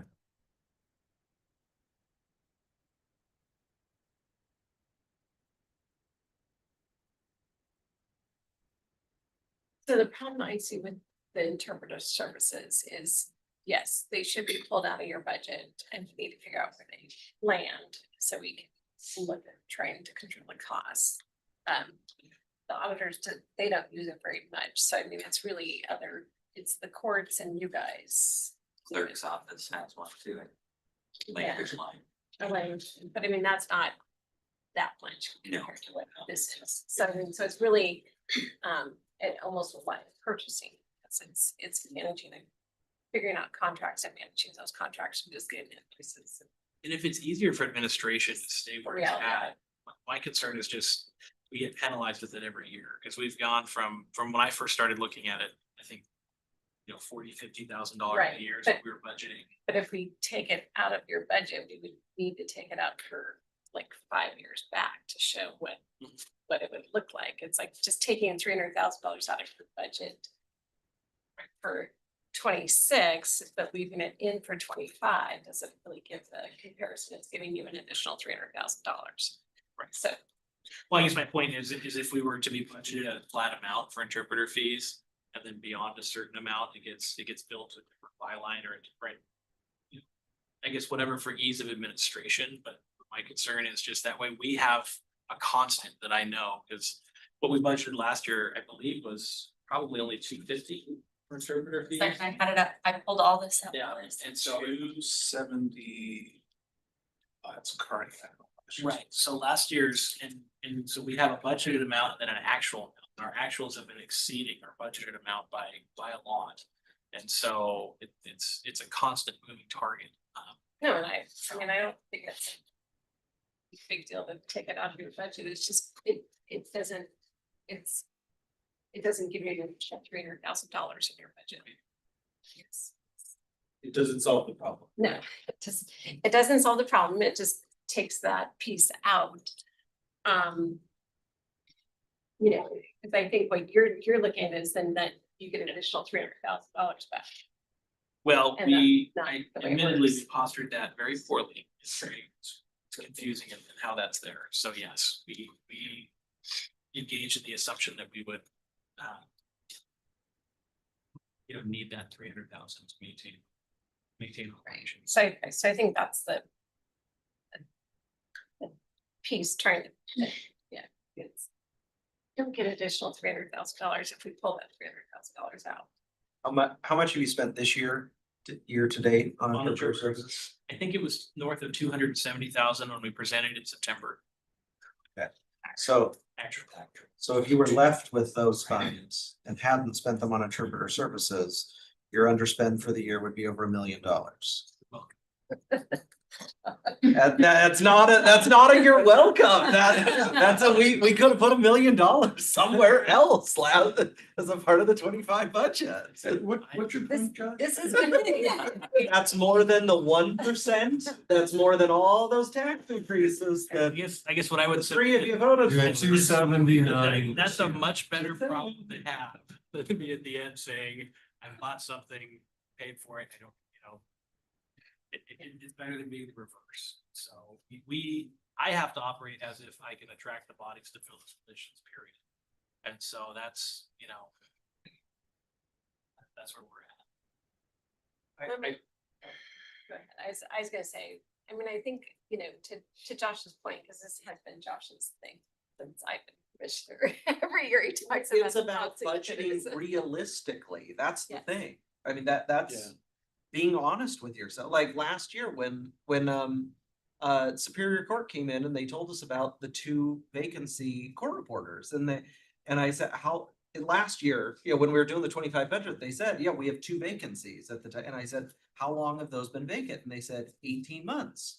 And I said, so are you gonna fill them this year? And I said, well, we hope. And that's not a strategy. I mean, that's not a good budgeting strategy. Well, we hope we're gonna fill. And when they came in this year, they have 3 vacancies now because they haven't filled either of those 2. It's still, and they have an additional vacancy. So we need to be realistic with ourselves on what's truly doable. I get that, but I can't replace my attorney with a tape recorder and they can. No. I mean, that's. But they can buy a tape recorder and, they exist, and your attorneys don't exist, it just seems, right? I will submit that if we were to take that $1 million and. I mean, if you wanna put the hard press on Chris here to And come on upward, over. if we were to upward, starting paid at 85,000. Paper money.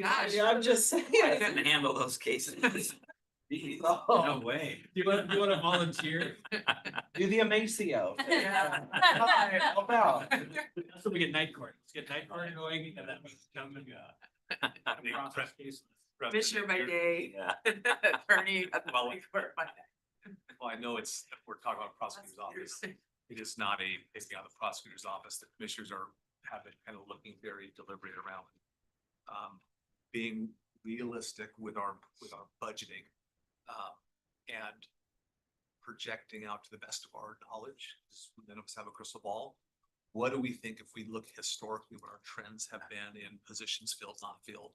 Let's put a reasonable estimate on that so that they can make really good decisions on, especially in times like we're right now, where our budget revenues are finite. They're not growing to the level that we'd like them to. So every dollar counts, and being able to make sure that they're making the informed investment decisions for our county. So detention service is very similar. We know we're 25 bodies under, but we also know that we've been pretty consistent with being under that for a long period of time, and there's nothing on the horizon that would indicate we're gonna have more success. So we purposely built in, vacancy adjustments for that. But the board has also said, listen, we know we need them, and to the extent that suddenly we have some successes hiring up, come back, talk to the board and ask for that additional dollars. But in this case, if it's $500,000, because realistically, even if everything goes in your favor with hiring, probably not going to be fully staffed ever for the entirety of the year. So being able to have something in there that recognizes, well, this is where you want to be at. We've only been able to be here unless the tides turn. It just allows an opportunity to take those $500,000, I'm just throwing a number out, and put it on other choices that are in space right now. So I'm just trying to encapsulate the I conversation. understand, sorry, to the extent I'm being bad, if I'm not, that's not my intent. I know that, being able to budget realistically is very helpful, but I mean, and I'll give you an example. We were able to hire, because we paid interns, we were able to hire 5 at once this last summer, which is great. Brought on 5, we're closing that gap, and then we have 1 or 2 retire. People find out, well, being a prosecutor is really hard, and they didn't make it through the first 6 months or so. And so it's we can be close to being full, and then suddenly we're not. And Colin's office is going through a lot of the same things, but there's some different expectations with the job with us as well. You are at work. This is the place where you show up every day. There's not a remote work situation for prosecuting attorneys, because you lose context with what you're doing, and you have to be here to be connected with our staff, especially how our office is set up. And we're trying to modernize, a lot of what's happening, but prosecutors by and large, just like a police officer on the street, you can't work remotely. You got to be there actually doing it. And so it's a very difficult job. It's very arduous, especially on the front end. And we're making people different. They don't want to show up and work same grinding, grueling routine. And so a lot of these interviews, people are asking, well, how many work from home days are there? So, well, I'll start with none. You're in district court, you got a docket every day. And so that's a tough sell for a lot of folks. Especially when they can go work, for another department, work 80% from home. So. By the way, Lang, interpreter fees that were budgeted in 24 was 91,000. Actuals were 324,000. This year, in 25, prosecutor's office raised it to 278, and as Preston mentioned, we're already at. And we'll like 279, yeah. 279, yeah. And it shifts really quickly, because when you look at numbers from 6, 7, 8 years ago, it's not quite that. But it's 188,000 the year before that. It was, yeah. So do the defenders, they work from? that's a question for Mr. Sherman. I can can speak to my department. Okay. I will say we are having some success. We were at 60% staffed when I started in the civil division and we're fully staffed now. So we are making progress. You are making progress. You are doing a very good job over there. Yeah. Prosecutor's office. There's a reason. You don't need to. No, There's a reason I hired that. it's a stove. So. Okay, so I'm trying to. It's like I'm trying to figure out because yes, how budgets back in, I first started working in county in 2015, where people use the vacancy adjustments as their slush fund within their departments. And we're trying to provide, we want realistic budgets so we can say, okay, that is your budget and you're gonna live within it. And not having kind of this slush fund that each department was doing back then. So I mean, so that's why we're trying to get away from that. I think we're trying to get away from if there is gonna be this vacancy, then you can keep the positions as authorized. And we can do a vacancy adjustment to the budget, so we can have a realistic budget and then. And But kind of with Workday the didn't budget allow- amendment. Allow that. Wasn't there something? Trying to Work- move away We're from trying, if they're not, authorized fund actively funded. recruiting. Isn't that And right? I understand we have some Workday positions that doesn't- are always open. So the way that We don't want to have a lot of positions if we don't think we can fill them. But the way that Workday works is if a position is open in an org chart, it is expected to be funded. So at PeopleSoft, we do this behind the scenes thing where even if it's open, we still can unfund it. PeopleSoft is meant to drive the budget based off of the open position. So we don't have the flexibility like we used to have where you could have a bunch of open positions and just not have them be funded in the forecasting tools. But if they filled up all of their positions, we could quickly open up a Yes. couple more. We'd have to bring it to the board because we need the money behind them. So we can still move quickly, but we have multiple departments who have hopes and dreams for lots of positions. That's, over the years have never been realized, leaving lots of, as you just said, slush fund capacity. So how do we then in Workday, because I understand what you're trying to say, but then we have to provide a mechanism that it is more nimble to get those positions filled, knowing that if we're gonna take a budget and reduce it, but we know he needs the positions. I mean, how do we really account for that and how do we help do that? Because I mean, it's something we know we need and yet they're not gonna fill all these, January 1, so that there is gonna be this gap. Well, it does sound complicated and complex, but you all meet on a weekly basis pretty much. And you're pretty nimble. And if you were to run a scenario where, hey, these this 9 positions, let's just say 9 positions, not in the budget. Preston's having wild success in the first 3 months of the year, and he sees that the hiring trend is going like this and the needs are there.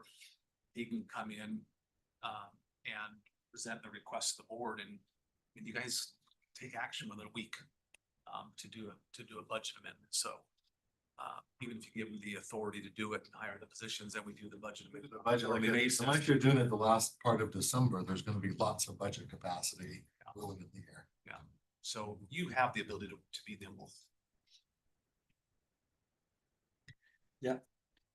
So, from a historical perspective, when we were in this situation before, we budgeted very conservatively. And that's why a lot of these requests I've rejected, won't support. Because there's nobody in this room that can project what's going to happen next year. We're taking our best guess at what it's going to be. But the one thing I have learned is that if I put it in your budget, you will spend it. So I don't put it in the budget. So that when we come to quarter one or quarter two, and if things are going well, then we can adjust. And like Scott said, it takes nothing to do an adjustment. I mean, we can do it in a matter of a week or two. But at least then I've got a clear picture as to what I'm dealing with, what revenues I projected and whether I'm experiencing them or not. And if I'm not, there's no adjustment within our means. But if the things that the economy is turning around, we're getting better sales tax revenue or whatever, then we can make adjustments. But to try and say, well, we're gonna put this money in here now because we gotta be ready for the future. No, we don't. We're already gonna be ready for the future with the budget we're gonna adopt. We're gonna live within the budget we're gonna adopt. And if things get better, we can adjust. If things don't get better, it's hard to take money away. Especially if you hire somebody and then 2 months later, we gotta fire them because we don't have enough money to keep them employed. That's a tough position to be in. Tough position to be in. So just because I say no today, doesn't mean I say no forever. It says for right now, given what we know, this is what we can do. And be comfortable that we can meet them. So I'm telling you in a very soft way, is that I'm not gonna support the request. I do see the logic in moving the interpreter cost somewhere else, and I do see the logic on that, but you know, let's see where we're at in the first quarter, the second quarter, and see what we can add back in. It's easy to add back in, it is tough. Tough, you get halfway through the year, you haven't made your projections on your income, your expenses, you budgeted for expenses, and all of a sudden now you're gonna have to lay off people. It's hard. So anyway, philosophical position, that's how I approach budgeting, and how I approach budgeting this year. Because it's gonna be a tight year next year. 2027 is gonna be even worse. It does. The decision, this decision, as Al just laid it out, I mean, I agree, and it doesn't prevent us from doing a budget amendment at any point next year. If you do have a huge batch of attorneys that come in that you need to hire up. Just because the funds aren't in your budget, they're probably gonna be in reserves, or they're gonna be moved over to the contingency account. The dollars don't disappear. I think it's just harder to, I think departments feel it's hard to get back in front of the commissioners to get those positions reallocated. It's not the commissioners I'm meeting with the data that worry me, it's the ones in 6 months, right? I went over Commissioner Jordan's leg in the parking lot, I key Mary's car. Commissioner French decides that he doesn't like the prosecutors anymore, and It all comes down to your all behavior. these things. It comes down to your behavior over the next 6 months. That's all. Yeah, you're in control. You're in control of your own destiny. Matt, keep an eye on. I haven't said hardly a word in it so far. I've been assigned night court, my legs broke. Ashley did just, We're not even to 5 o'clock yet. Wow. Wow.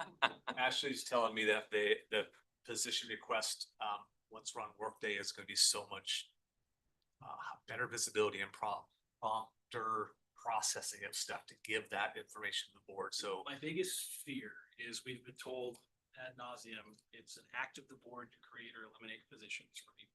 And so it's a whole lot easier to, if positions are eliminated now, they're effectively eliminated once they disappear on Workday. So if we go from 72 to 66 lawyers, it's the board cut that many lawyers, right?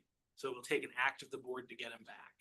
So that's my biggest concern, right? Whereas right now, we're in the lazy Sunday afternoon of 2025, but when they're middle of the hailstorm of 2026, and I'm coming forward saying, hey, I've got these 5 or I have these 10, how quick will that process be? When I've got somebody that I just interviewed, is it 3 weeks? Is it 4 weeks before I can get them an offer and a turnaround? I can't give them a contingent offer. 2 weeks. So We're briefed 1 week, we can have it on the next week's agenda. Well, I don't even think you don't. You have to resume. Just a head nod. would let us do it, and then between Ashley's team and Jason in our office, we could have it done by end of day, whenever you get it. Very next Monday or Tuesday. Look at the way we responded with regard to the sheriff. We needed more people. We not only created or funded the positions, we even given bonus salaries and hiring salary and all those so we can respond. And we have responded. But I don't have a helicopter to show you. But no, I do appreciate that. Sell your old one and we'll get you a new one.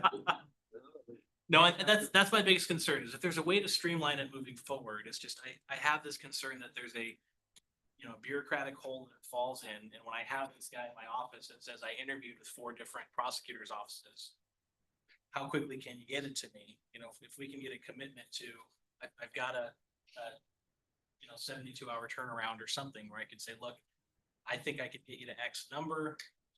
If I can get approval, we need that process streamlined because we've had situations where, and again, everybody's busy, but we're trying to get, you know, an advanced step request, and Ashley's team's been great. But there are times where, you know, it might take several days. And in the meantime, they say, well, I went with Adams, I went with Grant. And so we just need that ability to be nimble. And when I've got a good guy or gal in the interview room, say, stand by, you know, because I don't want to make the tentative offer and then bind the county and then you say no. I would say 100% of the offers we've made they've had other interviews and other offers, and we're competing with, you know, the AG, the city, Kootenai, on salary and how quickly you can get that offer on every single one. Well, I was just wondering if it mattered, if our contingency was higher for these types of things, or if it was the same amount of paperwork to pull from the reserve fund. Same amount of technical paperwork. I think it just sets you all up for you'd planned on these types of contingency items. So it is often easier to just execute on that as opposed to taking from your. It was just a thought that maybe we could increase it just in general, our contingency for next year if we want to make these more tighter decisions. So it was just fun. But early in the year, they're gonna have plenty of budget capacity. Right, it'll be So we later. just have to say, That's the you just challenge. need a yes to the position. We can do the budget amendment a month later. Yeah, ideally, Plenty of money. if we get good candidates, it's gonna be post February bar, right? Folks take the bar in February, that'll give us some time to roll out and we'd have the rest of the year's budget to work. But I guess what I'm asking for is, I'll try my best to not run any of you all over in the parking lot. Sounds premeditated to me. Back. State of mind. No, we come back and make the ask, it's just looking for some grace from each of you, just to recognize that, hey, it's, you know, the need is there, the fact that I can't fill them right now, you know, let's not hold that against us. So what are you driving? You'll see what to watch for. You won't even see it coming.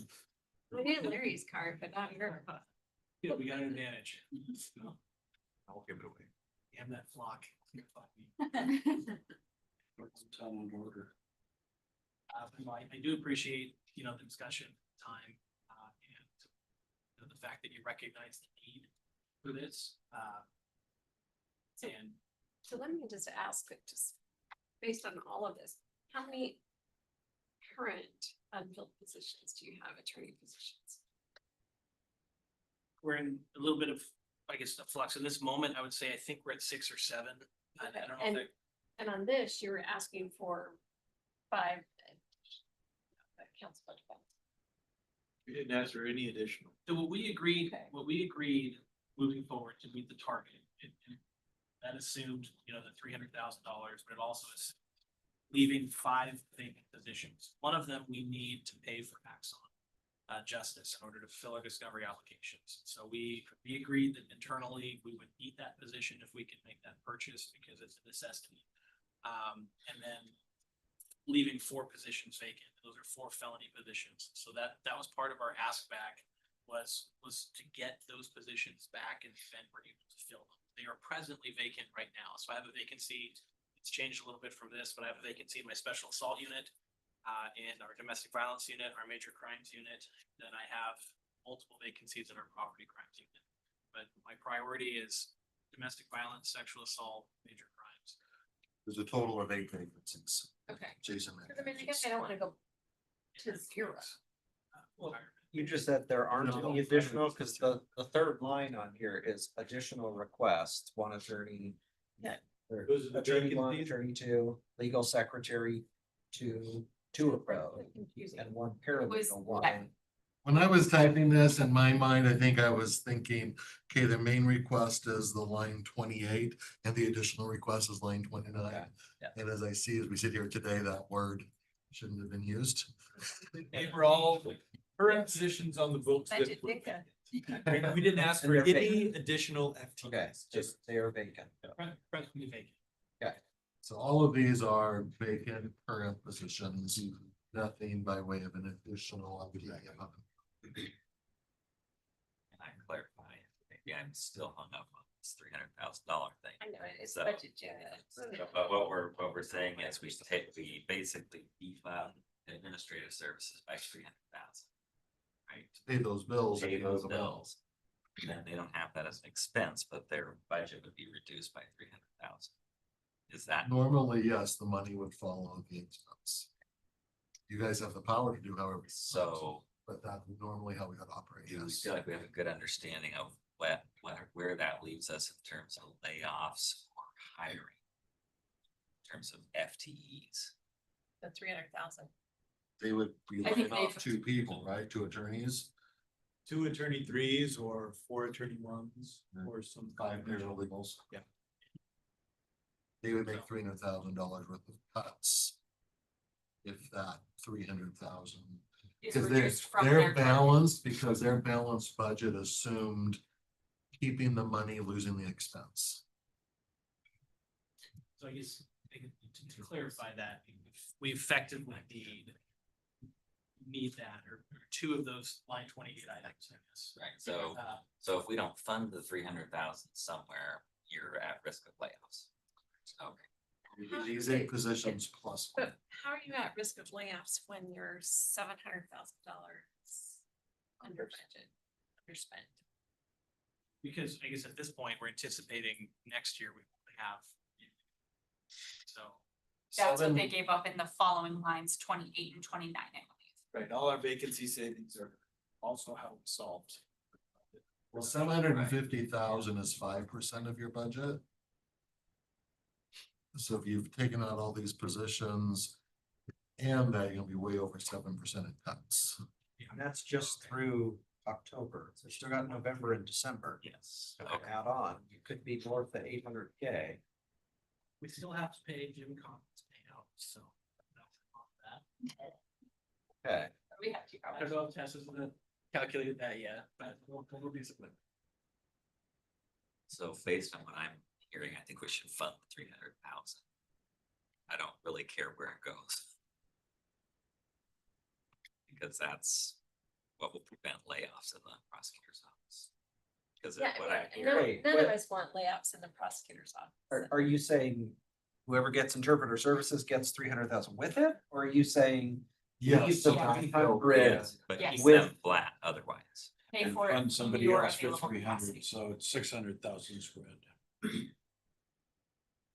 Well, I think what I'm hearing is a proposal would be, leave the 300,000 in budget capacity in the prosecutor's office so that there isn't any layoffs. Yes. And then when you move the interpreter fees out, you have to budget $300,000 for those interpreter services.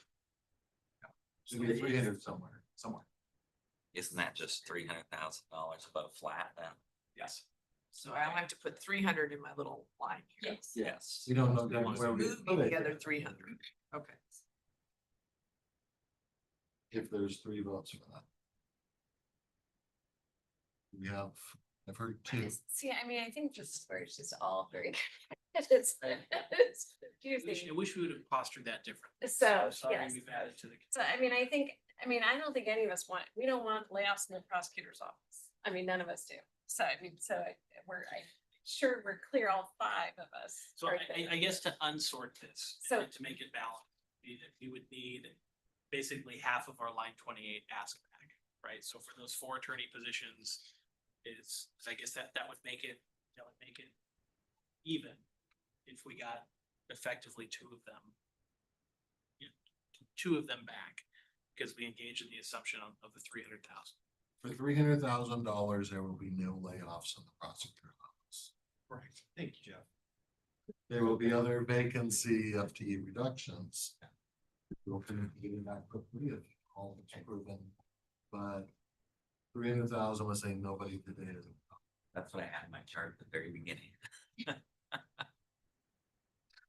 I'm just stating a fact. I'm still waiting for votes. But I mean, I think if that's where we need to be, that's where we need to be, but it's like, this is all. Is it half of your line 28 or is it 300,000? Those are 2 very different numbers. It's 300,000. 300,000. So essentially, we move into, but you still want interpreter services move somewhere else. I think that would be beneficial for all involved. And Okay. It would make more uniformity of management. Okay, so we move that somewhere else. And but we leave the roughly 300,000 to run the program with you. And then you're not asking for line 28 or 28, the funding. 28. He's not running it, but he just needs. Yeah, I guess Those are lower priority acts. Yeah, so effectively would it be that you can keep 2 attorney 3s? If we get the 300,000, keep 2 attorney 3s. Cause the attorney 3s come in at 156.9, 157 each. They could come up with the other 14 if you guys. Because the ask back in line 23 was to get those 3 attorney 3s back. I see that. Right. But 300 would only get you 2 of them. Correct.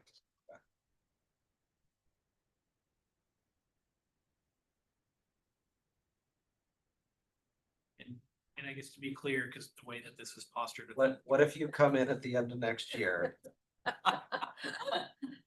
and you're 600,000 underspent again? Then perhaps we can specially deputize all of you to come prosecute. We need to raise this up, actually. We've done that, and we were able to hire. Then the market is moved again. No, that's the thing is the market has corrected to a point where, our pay increases have not kept up.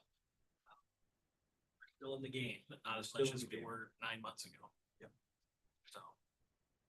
We were very competitive for a brief period.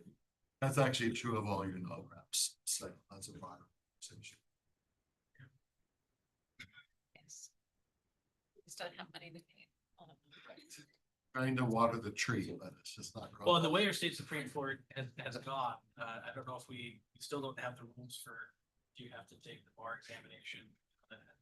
Yeah, what that looks like. I have a whole line of paralegals that have asked me, what happens if I could,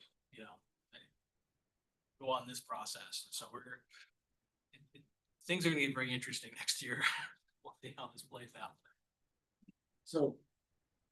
Not being accusatory, just explaining that at LSC, this was earlier this summer, we were talking about how difficult it was to hire an attorney.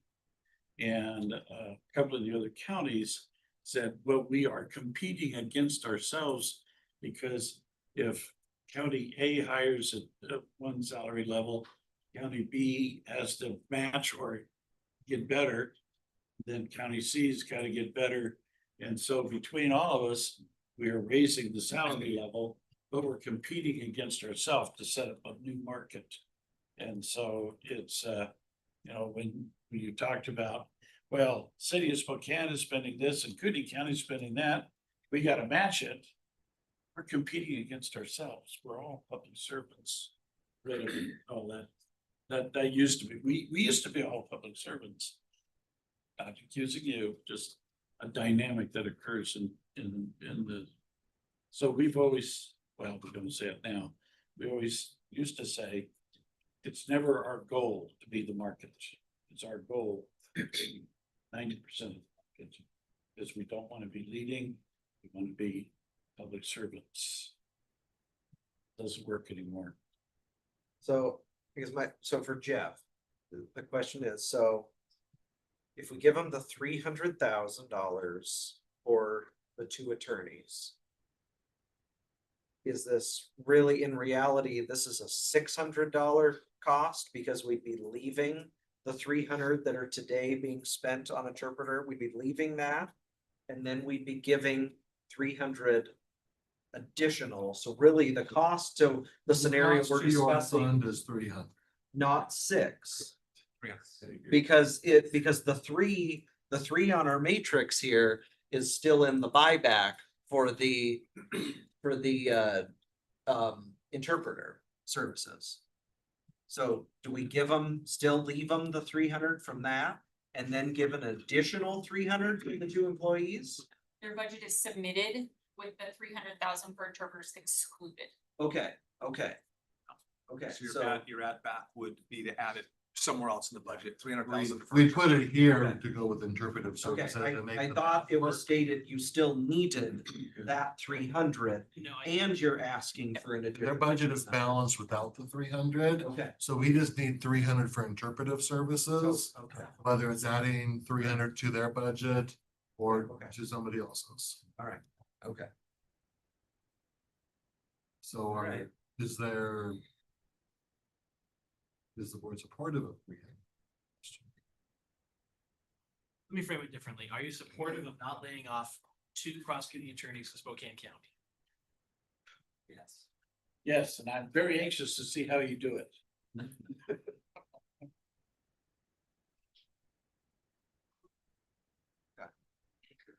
Okay. It's approved. We heard. Okay. No one's gonna accuse me of putting something in this budget that doesn't have 3 votes. Head nods. Head nod. There's video. There's direction. The head nod, Just direction. Direction on. direction, yes. They were clear that we don't want to have any layoffs in the prosecutor's office at this point in time. So That was that's, clear. that's It's very clarity. appreciate it. Thank you so much. And with those head nods, I'm gonna drive it like stolen and I'm gonna leave the room.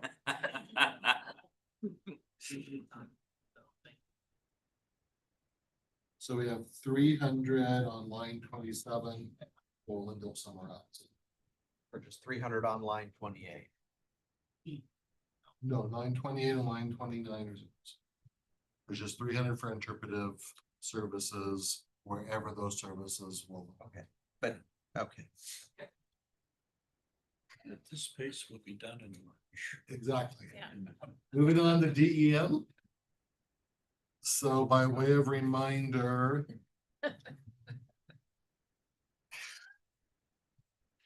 We got 1.2 million hanging out. They had a $728,000 budget, but the city took their money and did their own thing at the city. So we gave them a 536 target budget, which is all the other money that was left. Chandra has asked for 224, which is, I think, would take them up to 760. There has been conversation. They need at least 540 to get the full EMPG match. So this is just an issue of one group leaving, losing some regional collaboration. And then is the board interested in backfilling?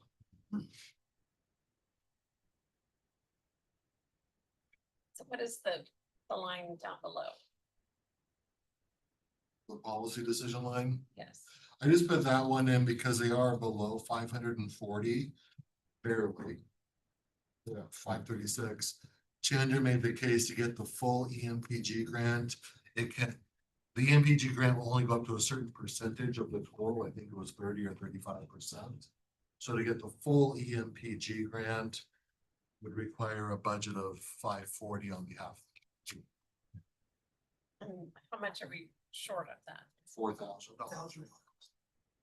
So I think that's the minimum. I would recommend doing the 4,000 to get the full grant. Yeah. Beyond that is really your guys' choice. I mean, Chandra's made the case that we won't have enough people to maintain all operations. If the city took their money, seems to me they should be doing some of those operations. But this is not my area of expertise. So what about the email that we received from Chandra this last week where she's been going to other jurisdictions to see if they would contribute more, knowing that there's this shortfall? And I was trying to understand her email, and then Scott, you responded. And so I was trying to piece together the dollar amount there. And I was a little confused. I thought it was 93,000. That, well, I don't know. I think you were trying to clarify. Yeah, I think you're correct. Let me look at that email. So I guess it seemed like to me that now she had found other funding, so her ask was closer to 93,000 compared to 224. But maybe I misunderstood her email. Some of that other money is from us, I believe, or is that 93? I'm not 100% sure as well, but this would take renegotiating interlocal agreements with all of these jurisdictions to raise these fees and resubstantiate the calculation methodology that's currently used for funding DEM. Sounds like there's some willingness on behalf of the groups. But it's not something this body has the authority just to dictate. Can be unilaterally implemented. Right, I thought she'd got some letters of support or something, yeah. I think that is that. So, so the city withdrawing their funding for DEM, does that mean that the next ice storm or firestorm, we don't respond to anything inside the city? I've asked that question to Chandra, how does this actually work? She explained that it starts at the most local possible, which would normally be a city would be your most bottom level of government. When they are out of resources, and it goes to the next level, county, followed by the state, the feds. So in a way, it leaves us on the hook a bit because the bulk of their 180,000 is paying and staff salary and benefits to their person. But a disaster doesn't stop at the city limits other than politically. Most don't. So how do you differentiate? Well, if they're on a different CAD and RMS system, will we even know if there's an emergency in the cities? No, it's a great point. We won't know. Pat, you raised your hand. Hi, commissioners. I was just going to mention that wasn't really a theoretical question because that happened this summer with a few fires that happened in Commissioner District 1. And the experience there was that the city did not I don't believe called for mutual aid. And so they were wholly responsible for communicating with the public around those events. We were able to add some more information at commissioner's request to social media and such, but at least in fire season, I think there were at least 2 that happened within the city, but in a commissioner district.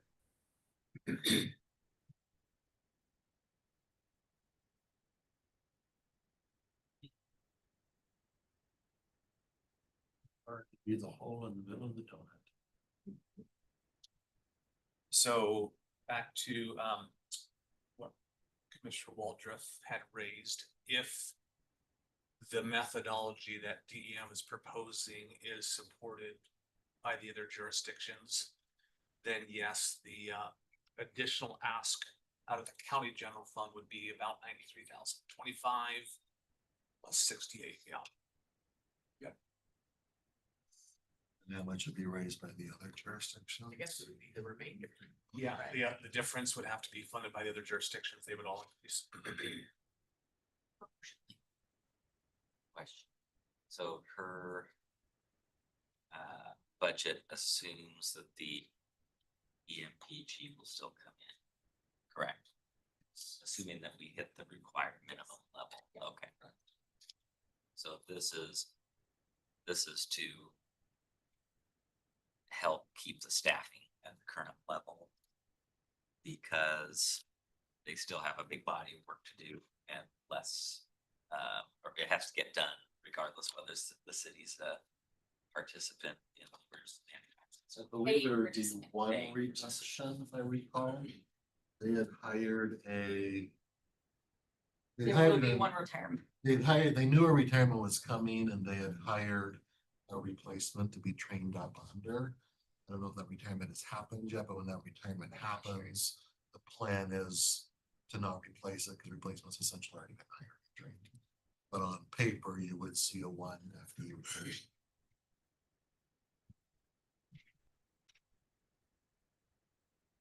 And it could be contingent, the 90 yes to the 93 of all the other jurisdictions agree. But then what happens with the federal funding if we don't receive that? Right. Stuck up the creek. Everybody seems to believe, including unless I talk with the sheriff and Chandra, that it is coming. Okay. With the government shutdown, it's certainly delayed. I don't know, I don't believe it's 100% for sure. I think just based on the way paperwork was going and information being shared, they have pretty good faith in this.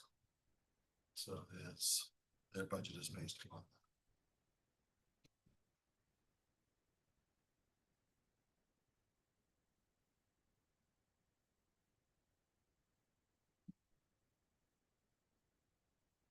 Throw a number out. It struck me that this was a very small office and she had some good numbers about other counties being larger. And it just worries me to have a skeletal staff get even smaller when we've got risk of fires and different things. So I would say 93,000 contingent on partners helping that as a pencil in direction.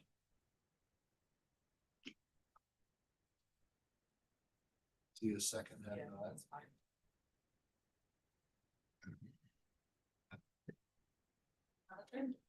You third yet? Are we fatigued? I was For there the for day? 4,000. Fatigued? Yeah. Right. Wait a minute. Those are Why not? the two ranges. Yeah. Well, do we have definitely 3 then for 4,000? Definitely. Okay, so you definitely have the 4, and just being like an auctioneer here. Back up. We know we have that, if nothing else. Again, I think we're just all finding it so frustrating that the city's choosing to pull out and it's just making everything harder. And they're not, I mean, they're still not doing what they need to do for their own self. They're still relying on us to try to help. Chandra shared some of the calls. And that's the frustrating part. Like, if you're gonna, pull out and you don't wanna do it, I mean, cause this happened a while ago.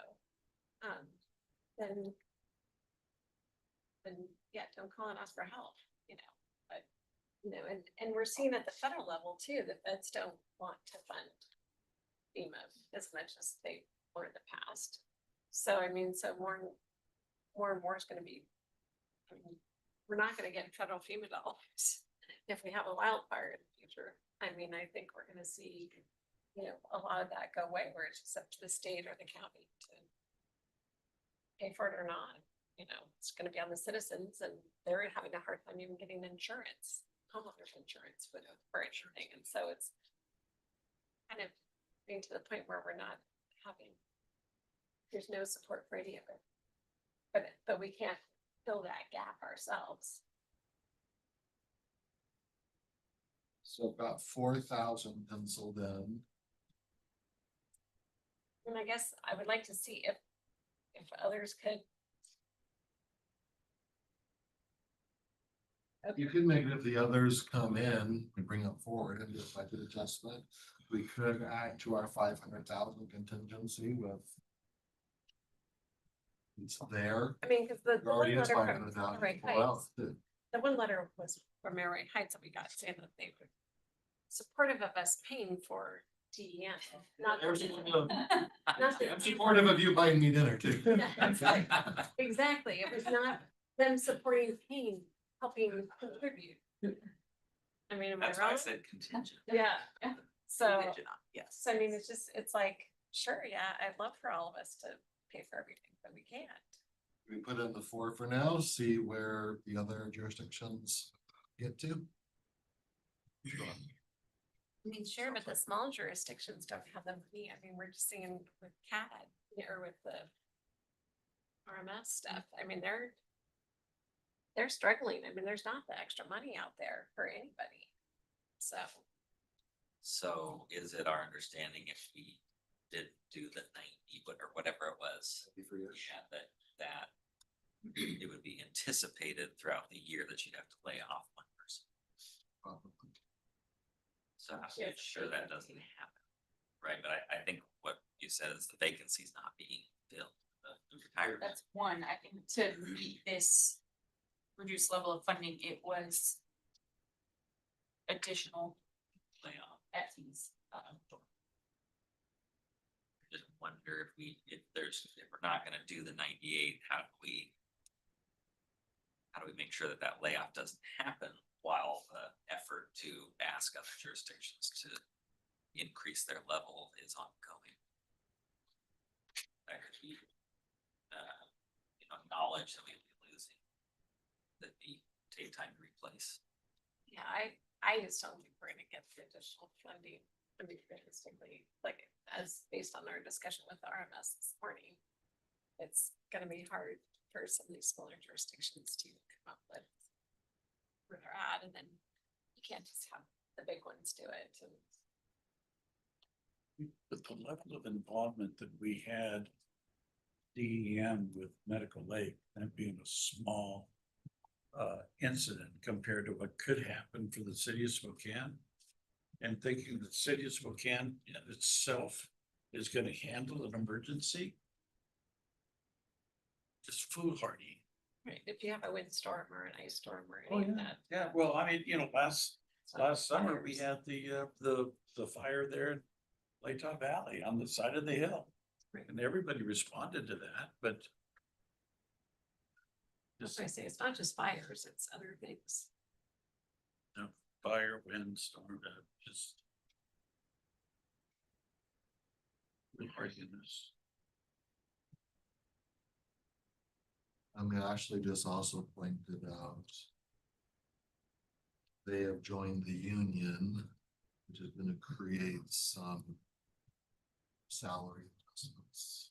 So we're currently negotiating, so those were not budgeted for, so just keeping that in mind as well as any market or anything like that that may or may not occur, but it's not something that was factored in.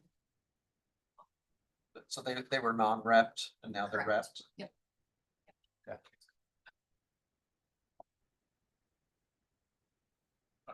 I agree that the RMS discussion this morning and the cost of that. That's a higher priority because that's gonna be something they use and rely on daily. Where DEM is. Yeah, so, But yeah. to your point about the impact that did happen, in Medical Lake. Yeah. And north in the Elk area. Wondering if any of the disaster relief grant funding. If there's any planning, cause I know a lot of the DEM staff do a lot of planning for Yeah. wildfire prevention and what happens if we're gonna have another fire. Just wondering if that could be justified to use for like a planner position or at least for some of the work. If it's related to the fire prevention work or fire management The work. HUD money. I don't know, it was just a thought, like if there was a nexus to what they're doing to do follow-up to that event and plan to hopefully prevent future emergencies or address emergencies, so. I have any I idea don't know, what the HUD sorry, Jeff, you walked out when I was saying. Would that HUD money like help with anything around planning or the work that Chandra does to prevent future? Or plan better for those areas that have been impacted by wildfires? It's just a thought. I did call George on that. I think I call is out. Anyway, it was just a wondering, like. I didn't know, I thought that money was fairly flexible between some funding of services as well as capital, right? Housing or other. I know it's flexible, like if we were to build a new command center, it's allowed to be used on capital stuff that would be beneficial in a future emergency. I don't know on the operations side. The other piece I'm pretty certain about, having talked with George and his team historically, is all of these things need to filter up from the grassroots, so to speak, those that were impacted and who attended the meetings that have already happened. I think those meetings have already happened. So if something wasn't already on that list, We'd have and I to know, see. because I did mention to the sheriff and Chandra a while back, you know, attend the meetings if you have ideas to get them out there. Because my understanding is it's already gone to HUD, and HUD approve it. First pass. Gosh, if planning is on there or recovery coordination, that if anything that Chandra's staff is doing is on that list, it's just a thought. I'll follow up with Georgia. Yeah, I would have thought she would have included the budget, but. So at this point, we're at 4,000 to move it to 540. We'll see what the other cities come in at. Is that where we're at? That's right. Where we're at. Then Sheriff's Department. Line 32 is just a reminder to us, we have a meeting later this week to look at revenues. There's the patrol vehicles, a rescue recovery dive boat, mobile command vehicles, I believe that's 2. The forensic chamber, last I heard, is going to be paid for out of the due fee. So that one can be scratched. And in general, we think centers should be part of operational budgets, but it is a request on here. So those are the request. While some of them are capital in nature, most of our capital is funded from REIT. These are not REIT eligible, so they would be general fund. We have those on their lists.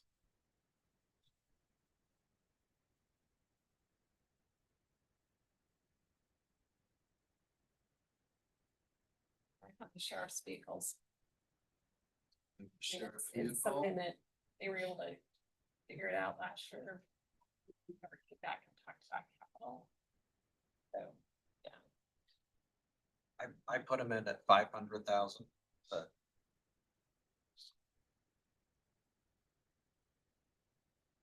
Oh, the patrol vehicles. Yeah, I had thought of. Maybe there was some negotiation there around how many we could afford, yeah, this year, but, and that can't be something that we move out of our. We traditionally don't do that out of the capital budget. Yeah, it's operated because we can't use REIT, and then you, there's usually a once a year over window. So I've heard 3 for vehicles. Anybody else for anything else before we talk about? Yeah, I had only, yeah, I had put like 500 or 550, but I mean, if we end up having additional funds. So, It's part of your the commissioner's 6-year CIP, but the funding source is outside of general fund funding sources. That's why it's on here. and Right. then on your 6-year CIP also to see. But it was on for 650. Yes. And So we the know, request is. we know that's a reasonable amount to buy a certain number of vehicles, or is it just? That's a gonna number? get you about a dozen vehicles. That's many. After they're fully outfitted, maybe it's about 10 fully 50, would you say 55-ish? So I've heard 500, 550, and 650. You really are like an auction guy. Well, the show auction, Yeah, you two- just two. sold. But I mean, I would guess, I would ask Kevin Ritchie again, just Give us a. what is the right number? He's gonna say 650. Or he may not, because I mean, I. thought- Preston, we had Tori. What do you think they're gonna say? They're gonna say. John, he wanted to make sure we had the right number, because I talked to him because that's how we knew that the due fee was already funded. at the forensics thing. The rescue and recovery DIFO, they're gonna ask the legislators. They're gonna put that on. See if they can get it through the legislature. And I mean, the mobile command vehicles. The wish list thing, I think. More than the, dive boat. Because I've heard the dive boat before legislative ask, yes, rescue boat. yes. So, Their budget presentation laid out 10 vehicles for $650. so that might come down. So check. Do us ask what 10 vehicles will cost? What can you get for what can you get for $500,000? That's what you get for $500,000. I get a per price vehicle, I can answer both. Great. So you just want to know cost per vehicle? I would ask the question. I mean, I'll call and ask. Call. I'll still call.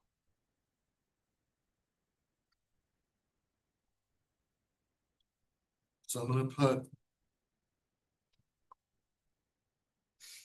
You're 500 for now. 500 for now. Okay. There's 3 for 500. We're almost there. I have 3 votes for 500 or more. The most expensive stuff on here. That's what I've been. That's why I've been a little stingy. I'm saving for this last one, guys. So what is, what, I cannot read that. Detention services is the No, last one. we have 3,682,000. I may give you the 650. This next one's a big one. Yes. So you see in the square at the bottom is what's remaining based on decisions to date. And we all know background on detention. It's the square at the bottom. $3,682,456.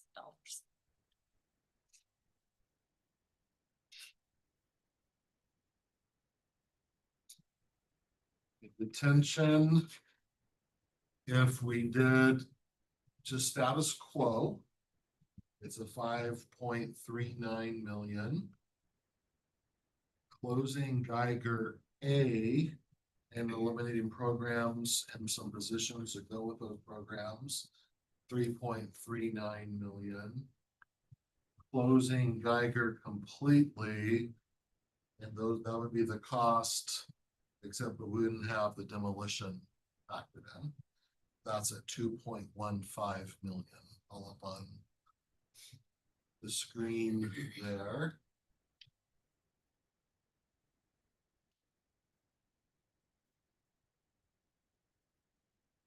I went with the 3.39.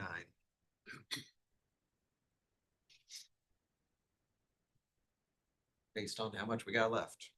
So I put in, though, I added the education programs. And then I have a question mark about work crew. So the education programs were like 98,000, I think. So I added that in, and then my question on work crew is, could we negotiate a different dollar amount? Cause I thought I heard that we haven't increased what we've been charging for work crew for like 10 or 15 years. So I was wondering if we could buy back work crew, but decrease the budget because we would be billing a higher amount. But that's just the Cost recovery. recovering more of the costs if we haven't been increasing that for like 10 or 15 years. The other thing is too, is the availability of inmates tax bill. So those are just ideas I had. I just thought the education program, it's a pretty small amount of money, and we have a lot of people graduating from those programs. So if we can keep that, that's one. And the work crew, I just know it's a service to the whole county, to the fairgrounds, to the events in the community. But it just didn't seem fair that we haven't adjusted our rates in a long time. So that was a thought. One wasn't, I mean, part of it, I mean, what Mike said, we've heard from years, part of the reason why the work crew has gone down is because not only our staffing, but the number of inmates that say we Eligible. want to do it, Yeah. or yes, or are an offender level where it is safe for them to do It that. would become a more felony population. Yeah. And, Mike, maybe you can you just describe what is the closing Geiger A? And eliminating the, so what would that mean? We're moving all the population out of the A building. Just like that. They would still have to have a function in A building, which is the control room that they identified, but other than that, everything else. Jumped out. Okay, so it's not the building where any of the educational programs take place. The educational programs take place in all of the buildings out there. There's a population that can attend it because it's voluntary. Some of it's, they're mostly pre-trial. Okay, I'm sorry, I thought it took place in the building like where the graduation ceremonies are. There is. Oh, Like, okay. there's a designated place, but the populace, all from all the buildings can Okay, take part of it. Okay. okay, yeah. So it doesn't take place in Geiger. Okay, but so closing building A doesn't make it to where you can't do the educational programs because they take place in building A. That's, okay, yeah, it's not this situation, okay.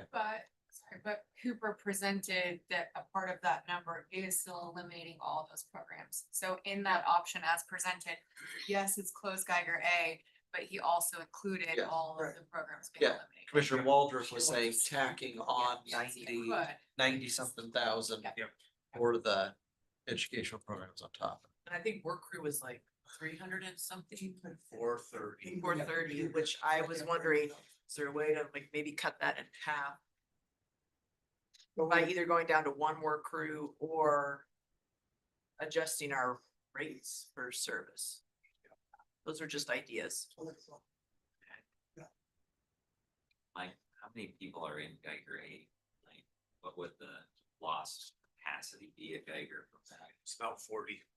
I'm looking at the presentations.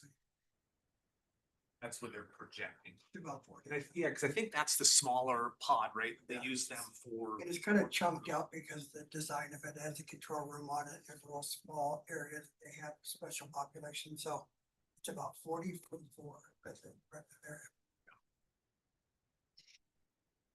They So- handle it in other buildings. Like Geiger. I think that they need, It would decrease the capacity by 40. Our ability to hold. We take. Full out of Geiger. No. So I mean, that's what I'm just seeing is like, it reduced capacity by 40, but we never get to that full. Is it like 120? but I We're think, at we're about 200 right now, and Yeah. they're estimating that based on the available available beds, if you will, that can be staffed, it's about 220. We've been running about 200. and then also there's some adjustments in the staffing too, along with that presentation that we'd have to look at. To see what the staff are moving as part of that overall amount. Do you have the PowerPoint together? I didn't bring my computer. over here. Yeah, that's what I'm looking at too. I don't have any of those figures off the top of my head. Referring back to the presentation. We've got it printed out here, Mike, if you want to just come. I just didn't bring my. Big book to lug around. Yeah, I've got. We can say that. Okay. We definitely don't skimp on the paper. We want to. Renewable resource. We want to pause this. I've got till 4:45. I gotta get. You can sell it in 8 minutes, you're dead. Closing. I gotta be out at Medical Lake. I've got a presentation tonight on, Chad Pritchard's doing his presentation. Bring your topic up tomorrow. Yeah, we're gonna have to. Okay. So on closing Geiger, it's achievable by the current population we have downtown. It decreases Geiger's operating capacity from 220 to 180. Commissioner Cuny. 6 custody officers are reassigned. Typically reaches down to 40. I thought we got 40, 44. Then on the let me go back and where's it go?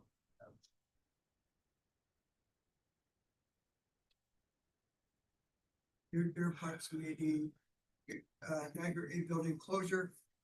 officers is at 588,000. In their vacant positions, they included work crew, electrical monitoring, the educational programs. Educational programs was 174,000. Work crew was 246,000. And that eliminating work crews was 433,000. EHM was 246. Oh, I'm sorry, yeah, DHM. So wait, what was education again? It was I thought it was 98. 98. Is that right? eliminated educational program is 174. What is it, 90 something for just the staff person? Some of their charts show just the staff impact, some show. This is the full. Oh, Well. that's right. What slide is that, Mike? What slide are you on? It's page 17 of 1740. Is what it was. how many ever that day was. Oh, it's 174 because there's Ron, did you supplies have or a little something. presentation? Yes, For this, and I think it's also a date for the We have a different programs slide for that. officer. so here's what it. Here's what it impacts. They're just read off. Okay, and the next page has a breakdown of the full summary. I might have to go beyond that. 'Cause we did it a little bit back. That was a previous, it was the previous Next slide. page. Try to go to the next slide. Is that it? Go up 3 slides, Ron. When we had them consolidated. Yeah, so this, yeah, there is a consolidated slide. Go up like, go up to page, Page 3. 15. No, this is the, this is. Go to Wow. page 15. Even though it's like. I have slide number. Slide number, yep, slide number 15, It's right towards the there. end. So There that it is. eliminate the education program is 174, and I believe the program officer, the next line is associated with that. No, I thought that was the person that has to be out in the community returning people to custody if they, That's EHM. okay. No, no, explain- return to explain custody that. is and they would go to work in custody, not returning individuals lost to custody. Instead They would work in instead of custody. working in programs, they become a jail guard again. Which would reduce So we need overtime. them in the programs? You need the bodies or someone to do it. Yes, They've already baked in those costs into so the the. bottom two lines, yes, I believe are tied together. Because You have to be both of them if you want to. the detention officers that are in these other areas. are So there's an education person and an officer that do the Yes. And the programs. teacher and It's a teacher. I think there's one STA that's associated with it, so there's more than just one body. Mixture of it. So, but that's the kind of, that's what I'll find out. I'll get you the actual cost of education. What's tied into it. And then, and that's the only one that's the only one you're asking for is education, right? And work crew. Well, I mean, if there's other costs associated with it, I just thought it was the There one is. teacher and the M and O. So No, there's there's an Officer present. And then I think they have an STA that monitors the program and runs the back office part of it. So.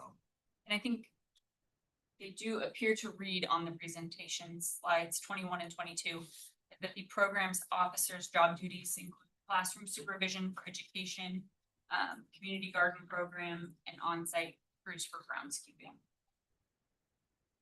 If you go one before that, it talks about. Okay. The teacher and their M&O. And their economic. Reduction of two case workers. There's other positions baked in. So it's more like 272,000. Yeah. Do we have a garden anymore? I didn't think we had a garden. Okay, so I just wonder if that one officer couldn't be doing a variety of things, like also with the They work do, crews or something. visiting, they do a variety of things that float around the campus. The one particular person we're talking about that does the work crew, does the garage as well, and then does some projects on site as well for supervision. So that's one sergeant. They moved back to custody and filled vacancy. So if some of these things are separated, you may not need all of those. I don't know that we couldn't do it without having the sergeant that runs it, because he oversees, like I said, the work crews plus the commodity, That's what I'm saying. You'd have to have both work crew and the education to make it work, right? because he oversees both of them. Right. And so, you would have to have that one sergeant return. Because Willie would And be. then worth- whatever, Wow. whatever staff is attributed to that. Okay. Yeah. Well, I'm interested in the work crew. I just wonder if we can make it either one work crew rather than, do we have two? They have two right now, they're currently operating. Or figure out how to get higher rate of Recovery. Yeah. Yep. Yeah, I mean, correct. the cost That's really of- what it boils down to. the cost of what it would mean to pay somebody even minimum wage to do the work has gone way up in 15 years. I mean, we'd still be offering a service to the community, those inmates would be offering a service with their time. But But that program's currently subsidized at about $601,000. it doesn't make any sense to me, like, you It's can't been do that. upside down for a long time. Do we need to bring this one back? The other two that we were gonna come back around to was the 100,000 annual for e-discovery, public records, and my take on parks, To read or not to read. to read or not to read. I think that was part of what we're looking at. Once we pencil in a new detention, then we'll have a good gut feel for it. We'll save all those for another. Right, 440, you got it right on the dot. We've gone through a lot today. Thank you very much. Appreciate that. And Kevin Ritchie's in the mornings for you now. Oh, I'll we just ask him in the morning. Oh, tomorrow, yeah. He's coming in. Shoot him an email just so he knows to have the number handy. Yeah. So I think the question mark still is on the public defenders, right, too? Yes. Are we buying more, or are we, is the grant funds already assumed? Funded on Council for Defense. 'Cause that's a big number. Commissioner Jordan, do you want to go through some of the numbers Colin sent for what some of the scenarios look like, or save it for? Oh, I haven't read it yet, so I'd rather take a look at it, try to understand it first. Just think, can you forward it on to us? Yeah. Thank. In fact, you can. My attorney says I can. Forward. Yes, Ron, we're gonna. Adjourn. Okay. So we are going to adjourn for today and see everybody back tomorrow. Thank you very much. Let's go eat.